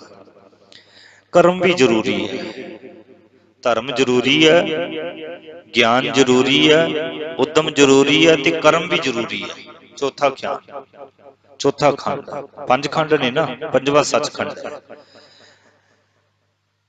ਇਹ ਜਿਹੜੀ ਕਰਮ ਵਾਲੀ ਅਵਸਥਾ ਹੈ, ਇਸ ਬਖਸ਼ਿਸ਼ ਵਾਲੀ ਅਵਸਥਾ ਦੀ ਬਨਾਵਟ ਬਲ ਹੈ। ਤੇਰੇ ਅੰਦਰ ਬਲ ਵੀ ਜ਼ਰੂਰੀ ਹੈ, ਮਨ ਵਿੱਚ ਬਲ ਜ਼ਰੂਰੀ ਹੈ, ਮਨ ਮਜ਼ਬੂਤ ਜ਼ਰੂਰੀ ਹੈ। ਮਨ ਮਜ਼ਬੂਤ ਨਹੀਂ ਤੇ ਕੁਝ ਵੀ ਨਹੀਂ ਹੈ। ਬਖਸ਼ਿਸ਼ ਵਾਲੀ ਅਵਸਥਾ ਦੀ ਬਨਾਵਟ ਹੈ ਬਲ। ਭਾਵ ਜਦੋਂ ਮਨੁੱਖ ਉੱਤੇ ਅਕਾਲ ਪੁਰਖ ਦੀ ਮਿਹਰ ਦੀ ਨਜ਼ਰ ਹੁੰਦੀ ਹੈ ਤਾਂ ਉਸ ਦੇ ਅੰਦਰ ਅਜਿਹਾ ਬਲ ਪੈਦਾ ਹੁੰਦਾ ਹੈ ਕਿ ਵਿਸ਼ੇ ਵਿਕਾਰ ਉਸ ਉੱਤੇ ਆਪਣਾ ਪ੍ਰਭਾਵ ਨਹੀਂ ਪਾ ਸਕਦੇ। ਮਨੁੱਖ ਹੰਕਾਰ ਦੇ ਅਧੀਨ ਨਹੀਂ ਹੁੰਦਾ, ਕ੍ਰੋਧ ਦੇ ਅਧੀਨ ਨਹੀਂ ਹੁੰਦਾ, ਕਿਸੇ ਨਾਲ ਵੈਰ ਵਿਰੋਧ ਈਰਖਾ ਨਹੀਂ ਕਰਦਾ। ਇਸ ਅਵਸਥਾ ਦੇ ਵਿੱਚ, ਕਰਮ ਵਾਲੀ ਅਵਸਥਾ ਦੇ ਵਿੱਚ ਮਨੁੱਖ ਉੱਚਾ ਹੋ ਜਾਂਦਾ ਹੈ। ਕਿਸੇ ਨਾਲ ਕੋਈ ਵੈਰ ਨਹੀਂ ਹੈ, ਕਿਸੇ ਨਾਲ ਕੋਈ ਈਰਖਾ ਨਹੀਂ ਹੈ, ਕਿਸੇ ਨਾਲ ਕੋਈ ਦੁਸ਼ਮਣੀ ਨਹੀਂ ਹੈ, ਕਿਸੇ ਨਾਲ ਕੁਝ ਵੀ ਨਹੀਂ ਹੈ। ਇਹ ਅਵਸਥਾ ਨੂੰ ਗੁਰੂ ਤੇਗ ਬਹਾਦਰ ਸਾਹਿਬ ਜੀ ਨੇ ਆਪਣੇ ਰੂਪ ਦੇ ਵਿੱਚ ਵੀ ਬਿਆਨ ਕੀਤਾ। ਸਤਿਗੁਰੂ ਗੁਰੂ ਤੇਗ ਬਹਾਦਰ ਸਾਹਿਬ ਜੀ ਨੇ, ਗੁਰ ਕਿਰਪਾ ਜੇ ਨਰ ਕੋ ਕੀਨੀ, ਤਿਹ ਇਹ ਜੁਗਤ ਪਛਾਨੀ, ਨਾਨਕ ਲੀਨ ਭਇਓ ਗੋਬਿੰਦ ਸਿਉ, ਜਿਉ ਪਾਨੀ ਸੰਗ ਪਾਨੀ। ਨਾਨਕ ਲੀਨ ਭਇਓ, ਇਉਂ ਲੀਨ ਹੋ ਗਏ ਪਰਮਾਤਮਾ ਦੇ ਵਿੱਚ ਜਿਵੇਂ ਪਾਣੀ ਦੇ ਵਿੱਚ ਪਾਣੀ ਲੀਨ ਹੋ ਗਿਆ। ਇਹੋ ਜਿਹਾ ਬਲ ਅੰਦਰ ਪੈਦਾ ਹੁੰਦਾ ਹੈ ਮਨੁੱਖ ਦੇ ਅੰਦਰ, ਤੇ ਉੱਥੇ ਵਿਸ਼ੇ ਵਿਕਾਰ ਆਪਣਾ ਪ੍ਰਭਾਵ ਨਹੀਂ ਪਾ ਸਕਦੇ। ਜਦੋਂ ਮਨੁੱਖ ਧਰਮੀ ਹੋ ਜਾਵੇ, ਧਰਮ ਤੋਂ ਬਾਅਦ ਉਸ ਨੂੰ ਗਿਆਨ ਆ ਜਾਵੇ, ਗਿਆਨ ਤੋਂ ਬਾਅਦ ਉਹ ਕਰਮ ਵਾਲੀ ਅਵਸਥਾ ਦੇ ਵਿੱਚ ਪਹੁੰਚ ਜਾਵੇ, ਉਦਮ ਵਾਲੀ ਅਵਸਥਾ ਦੇ ਵਿੱਚ ਮਨ ਦੀ ਘਾੜਤ ਘੜੀ ਜਾਂਦੀ ਹੈ, ਤੇ ਕਰਮ ਵਾਲੀ ਅਵਸਥਾ ਦੇ ਵਿੱਚ ਮਨ ਦੀ ਬਨਾਵਟ ਜਿਹੜੀ ਹੈ ਨਾ ਸੁੰਦਰ ਕੀਤੀ ਜਾਂਦੀ ਹੈ। ਬਖਸ਼ਿਸ਼ ਵਾਲੀ ਅਵਸਥਾ ਦੇ ਵਿੱਚ ਮਨ ਮਜ਼ਬੂਤ ਹੁੰਦਾ ਹੈ, ਬਲ ਵਾਲਾ ਹੁੰਦਾ ਹੈ। ਮਨ ਬਲ ਵਾਲਾ ਕਿਵੇਂ ਹੁੰਦਾ ਹੈ ਕਿ ਇਸ ਉੱਤੇ ਨਾ ਕੋਈ ਕ੍ਰੋਧ, ਨਾ ਕੋਈ ਈਰਖਾ, ਨਾ ਕੋਈ ਨਿੰਦਾ, ਨਾ ਕੋਈ ਚੁਗਲੀ ਆਪਣਾ ਪ੍ਰਭਾਵ ਨਹੀਂ ਪਾ ਸਕਦੇ। ਇਹਨਾਂ ਗੱਲਾਂ ਤੋਂ ਮਨ ਬਹੁਤ ਉੱਚਾ ਹੋ ਜਾਂਦਾ ਹੈ। ਇਹ ਜ਼ਰੂਰੀ ਹੈ। ਚੌਥਾ ਹੈ ਤਿੱਥੈ ਹੋਰ ਨਾ ਕੋਈ ਹੋਰ, ਕਿਉਂਕਿ ਉਸ ਅਵਸਥਾ ਵਿੱਚ ਮਨੁੱਖ ਦੇ ਅੰਦਰ ਅਕਾਲ ਪੁਰਖ ਤੋਂ ਬਿਨਾਂ ਕੋਈ ਦੂਜਾ ਹੁੰਦਾ ਹੀ ਨਹੀਂ, ਉੱਕਾ ਹੀ ਨਹੀਂ ਹੈ, ਕੋਈ ਨਹੀਂ ਹੁੰਦਾ ਹੋਰ, ਸੋਚ ਹੀ ਕੋਈ ਨਹੀਂ। ਅਕਾਲ ਪੁਰਖ ਤੋਂ ਬਿਨਾਂ ਕੋਈ ਹੋਰ ਹੈ ਹੀ ਨਹੀਂ ਅੰਦਰ। ਤਿੱਥੈ ਜੋਧ ਮਹਾਬਲ ਸੂਰ, ਉਸ ਅਵਸਥਾ ਵਿੱਚ ਜੋ ਮਨੁੱਖ ਹਨ ਉਹ ਜੋਧੇ, ਮਹਾਬਲੀ ਤੇ ਸੂਰਮੇ ਹਨ। ਇਸ ਅਵਸਥਾ ਦੇ ਵਿੱਚ ਤਿੰਨਮੈ ਰਾਮ ਰਿਹਾ ਭਰਪੂਰ, ਉਹਨਾਂ ਦੇ ਰੋਮ ਰੋਮ ਵਿੱਚ ਅਕਾਲ ਪੁਰਖ ਵਸ ਰਿਹਾ ਹੈ। ਤਿੱਥੈ ਸੀਤੋ ਸੀਤਾ ਮਹਿਮਾ ਮਾਹੇ, ਉਸ ਬਖਸ਼ਿਸ਼ ਅਵਸਥਾ ਵਿੱਚ ਅਪੜੇ ਹੋਏ ਮਨੁੱਖਾਂ ਦਾ ਮਨ ਨਿਰੋਲ ਅਕਾਲ ਪੁਰਖ ਦੀ ਵਡਿਆਈ ਵਿੱਚ ਪਰੋਇਆ ਰਹਿੰਦਾ ਹੈ, ਪਰੋਇਆ ਰਹਿੰਦਾ ਹੈ, ਰਮਿਆ ਰਹਿੰਦਾ ਹੈ, ਰਜ਼ਾ ਵਿੱਚ ਰਹਿੰਦਾ ਹੈ, ਭਾਣੇ ਵਿੱਚ ਰਹਿੰਦਾ ਹੈ। ਉਸ ਅਵਸਥਾ ਵਿੱਚ ਰਹਿੰਦਾ ਜਿਸ ਅਵਸਥਾ ਦੀ ਗੱਲ ਗੁਰੂ ਨਾਨਕ ਸਾਹਿਬ ਜੀ ਨੇ ਪਹਿਲੀਆਂ ਪੌੜੀਆਂ ਵਿੱਚ ਕਹੀਆਂ ਸੀ, ਹੁਕਮੈ ਅੰਦਰ ਸਭ ਕੋ, ਬਾਹਰ ਹੁਕਮ ਨਾ ਕੋਈ। ਨਾਨਕ ਹੁਕਮੈ ਜੇ ਬੁੱਝੈ, ਤਾਂ ਹਉਮੈ ਕਹਿ ਨਾ ਕੋਈ। ਜਿਹੜਾ ਬੁੱਝ ਲੈਂਦਾ, ਹਉਮੈ ਦੀ ਬੋਲੀ ਨਹੀਂ ਬੋਲਦਾ, ਕ੍ਰੋਧ ਦੀ ਬੋਲੀ ਨਹੀਂ ਬੋਲਦਾ, ਈਰਖਾ ਦੀ ਬੋਲੀ ਨਹੀਂ ਬੋਲਦਾ। ਆਪਣਾ ਸੋਚਣਾ, ਕਿਸੇ ਦਾ ਬੁਰਾ ਸੋਚਣਾ, ਇਹ ਬੋਲੀ ਨਹੀਂ ਬੋਲਦਾ, ਉੱਚਾ ਹੋ ਜਾਂਦਾ, ਮਨ ਰਮਿਆ ਰਹਿੰਦਾ ਅਕਾਲ ਪੁਰਖ ਦੇ। ਤਾਂ ਕਿ ਰੂਪ ਨਾ ਕਥਨੇ ਜਾਏ, ਉਹਨਾਂ ਦੇ ਸਰੀਰ ਅਜਿਹੇ ਕੰਚਨ ਦੀ ਵੰਨੀ ਵਾਲੇ ਹੋ ਜਾਂਦੇ ਹਨ। ਭਾਵ ਜੇ ਮਨ ਸੋਹਣਾ ਸੁੰਦਰ ਬਣਿਆ ਤੇ ਸਰੀਰ ਵੀ ਸੁੰਦਰ ਬਣ ਜਾਂਦਾ ਹੈ। ਉਹਨਾਂ ਦੇ ਸੋਹਣੇ ਰੂਪ ਵਰਣਨ ਨਹੀਂ ਕੀਤੇ ਜਾ ਸਕਦੇ। ਉਹਨਾਂ ਦੇ ਮੂੰਹ ਉੱਤੇ ਨੂਰ ਹੀ ਨੂਰ ਲਿਸ਼ਕਦਾ ਹੈ। ਨੂਰ ਇਹ ਨਹੀਂ ਹੈ ਕਿ ਰੰਗ ਲਾਲ, ਨੂਰ ਸੱਚ ਦਾ ਆਪਣਾ ਹੀ ਨੂਰ ਹੁੰਦਾ ਹੈ। ਸੱਚ ਤੇ ਚੱਲਣ ਵਾਲਿਆਂ ਦਾ ਆਪਣਾ ਹੀ ਨੂਰ ਹੁੰਦਾ ਹੈ। ਸੱਚ ਤੇ ਚੱਲਣ ਵਾਲਿਆਂ ਵੱਲ ਅੱਖਾਂ ਵਨ ਅੱਖਾਂ ਪਾ ਕੇ ਝੂਠਾ ਮਨੁੱਖ ਵੇਖ ਨਹੀਂ ਸਕਦਾ। ਇਹ ਸੱਚ ਹੈ। ਸੱਚ ਨੂੰ ਝੂਠਾ ਜਿਹੜਾ ਘੂਰ ਨਹੀਂ ਸਕਦਾ, ਅੱਖਾਂ ਵਿੱਚ ਅੱਖਾਂ ਨਹੀਂ ਪਾ ਸਕਦਾ। ਨਾ ਉਹ ਮਰਿਆ ਨਾ ਠਾਗੇ ਜਾਏ। ਇਸ ਅਵਸਥਾ ਵਿੱਚ ਉਹ ਆਤਮਿਕ ਮੌਤ ਨਹੀਂ ਮਰਦੇ ਤੇ ਮਾਇਆ ਉਹਨਾਂ ਨੂੰ ਠੱਗ ਨਹੀਂ ਸਕਦੀ। ਸੰਸਾਰ ਜਿਹੜਾ ਸੰਸਾਰ ਹੈ ਨਾ, ਸੰਸਾਰ ਦੇ ਰੰਗ ਰੂਪ, ਇਹ ਪ੍ਰਭਾਵ ਕੋਈ ਠੱਗ ਨਹੀਂ ਸਕਦਾ। ਕਿਸੇ ਦਾ ਹੱਕ ਨਹੀਂ ਖਾਂਦੇ, ਕਿਸੇ ਦਾ ਹੱਕ ਮਾਰਦੇ ਨਹੀਂ ਹੈ। ਇਹ ਨਹੀਂ ਹੈ ਕਿ ਇੱਥੋਂ ਅਗਲੇ ਦੇ ਇੰਨੀ ਮਾਇਆ ਲਈ ਤੇ ਅਗਲੇ ਨੂੰ ਕੱਟ ਕੇ ਇੰਨੀ ਦੇ ਦਿੱਤੀ, ਕੱਟ ਦਿੱਤੀ। ਇਹ ਵੀ ਕੀ ਹੈ? ਗੁਰੂ ਨਾਨਕ ਸਾਹਿਬ ਨੇ ਇਹਨਾਂ ਬਾਰੇ ਕੀ ਕਿਹਾ? ਹਾਇਕ ਪਰਾਇਆ ਨਾਨਕਾ ਉਸ ਸੂਅਰ ਉਸ ਗਾਈ। ਜਿਹੜਾ ਕਿਸੇ ਦਾ ਹੱਕ ਖਾਂਦਾ, ਹੱਕ ਮਾਰਦਾ, ਬੜੇ ਕਰੜੇ ਲਫ਼ਜ਼ ਕਹੇ ਨੇ ਗੁਰੂ ਨਾਨਕ ਸਾਹਿਬ ਜੀ ਨੇ। ਜਿਵੇਂ ਕਿਸੇ ਤੋਂ ਕਿਸੇ ਦੇ ਪੈਸੇ ਲਏ ਕਿ ਇਸ ਤੋਂ ਇੰਨੇ ਕੰਮ ਕਰਾਣਾ ਤੇ 500 ਦੇਣਾ, ਤੇ ਅੱਗੋਂ ਅਗਲਾ ਕਵੇ ਮੈਂ 100 ਤੇਰਾ ਖਾਣਾ, ਸਿੱਧਾ 400 ਦੇਣਾ। ਉਹਨਾਂ ਨੂੰ ਗੁਰੂ ਨਾਨਕ ਸਾਹਿਬ ਜੀ ਨੇ ਕਿਹਾ, ਕਹਿੰਦੇ ਤੂੰ ਪਸ਼ੂ ਖਾ ਲਿਆ ਤੇ ਪੈਸਾ ਖਾ ਲਿਆ, ਕਿਸੇ ਦਾ ਇੱਕੋ ਬਰਾਬਰ ਹੈ। ਹੱਕ ਪਰਾਇਆ ਨਾਨਕਾ ਉਸ ਸੂਅਰ ਉਸ ਗਾਈ। ਜੇ ਮੁਸਲਮਾਨ ਹੈ ਤੇ ਕਿਸੇ ਦਾ ਹੱਕ ਖਾ ਰਿਹਾ ਤੇ ਸੂਰ ਖਾਦਾ, ਇੱਕੋ ਬਰਾਬਰ ਹੈ। ਤੇ ਜੇ ਹਿੰਦੂ ਹੈ, ਸਿੱਖ ਹੈ, ਤੇ ਤੂੰ ਗਾਂ ਖਾਧੀ ਤੇ ਕਿਸੇ ਦਾ ਹੱਕ ਖਾਦਾ, ਇੱਕੋ ਜਿਹੀ ਹੈ। ਕਿਸੇ ਦਾ ਹੱਕ ਖਾਣਾ।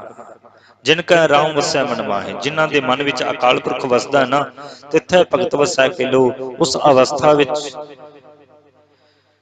ਕਈ ਭਵਨਾਂ ਦੇ ਭਗਤ ਜਨ ਵਸਦੇ ਹਨ। ਉਹ ਅਵਸਥਾ ਦੀ ਗੱਲ ਕਰ ਰਹੇ ਨੇ ਗੁਰੂ ਨਾਨਕ ਸਾਹਿਬ ਜੀ ਮਹਾਰਾਜ।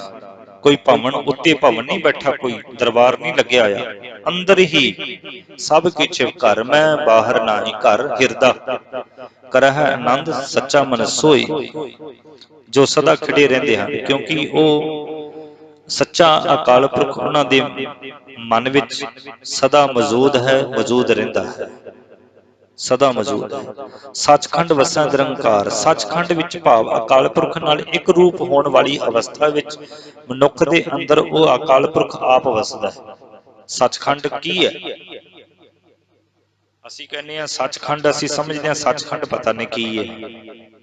ਗੁਰੂ ਨਾਨਕ ਸਾਹਿਬ ਕਹਿੰਦੇ ਸੱਚਖੰਡ ਪਰਮਾਤਮਾ ਵਿੱਚ ਲੀਨ ਹੋਣਾ ਸੱਚਖੰਡ ਹੈ।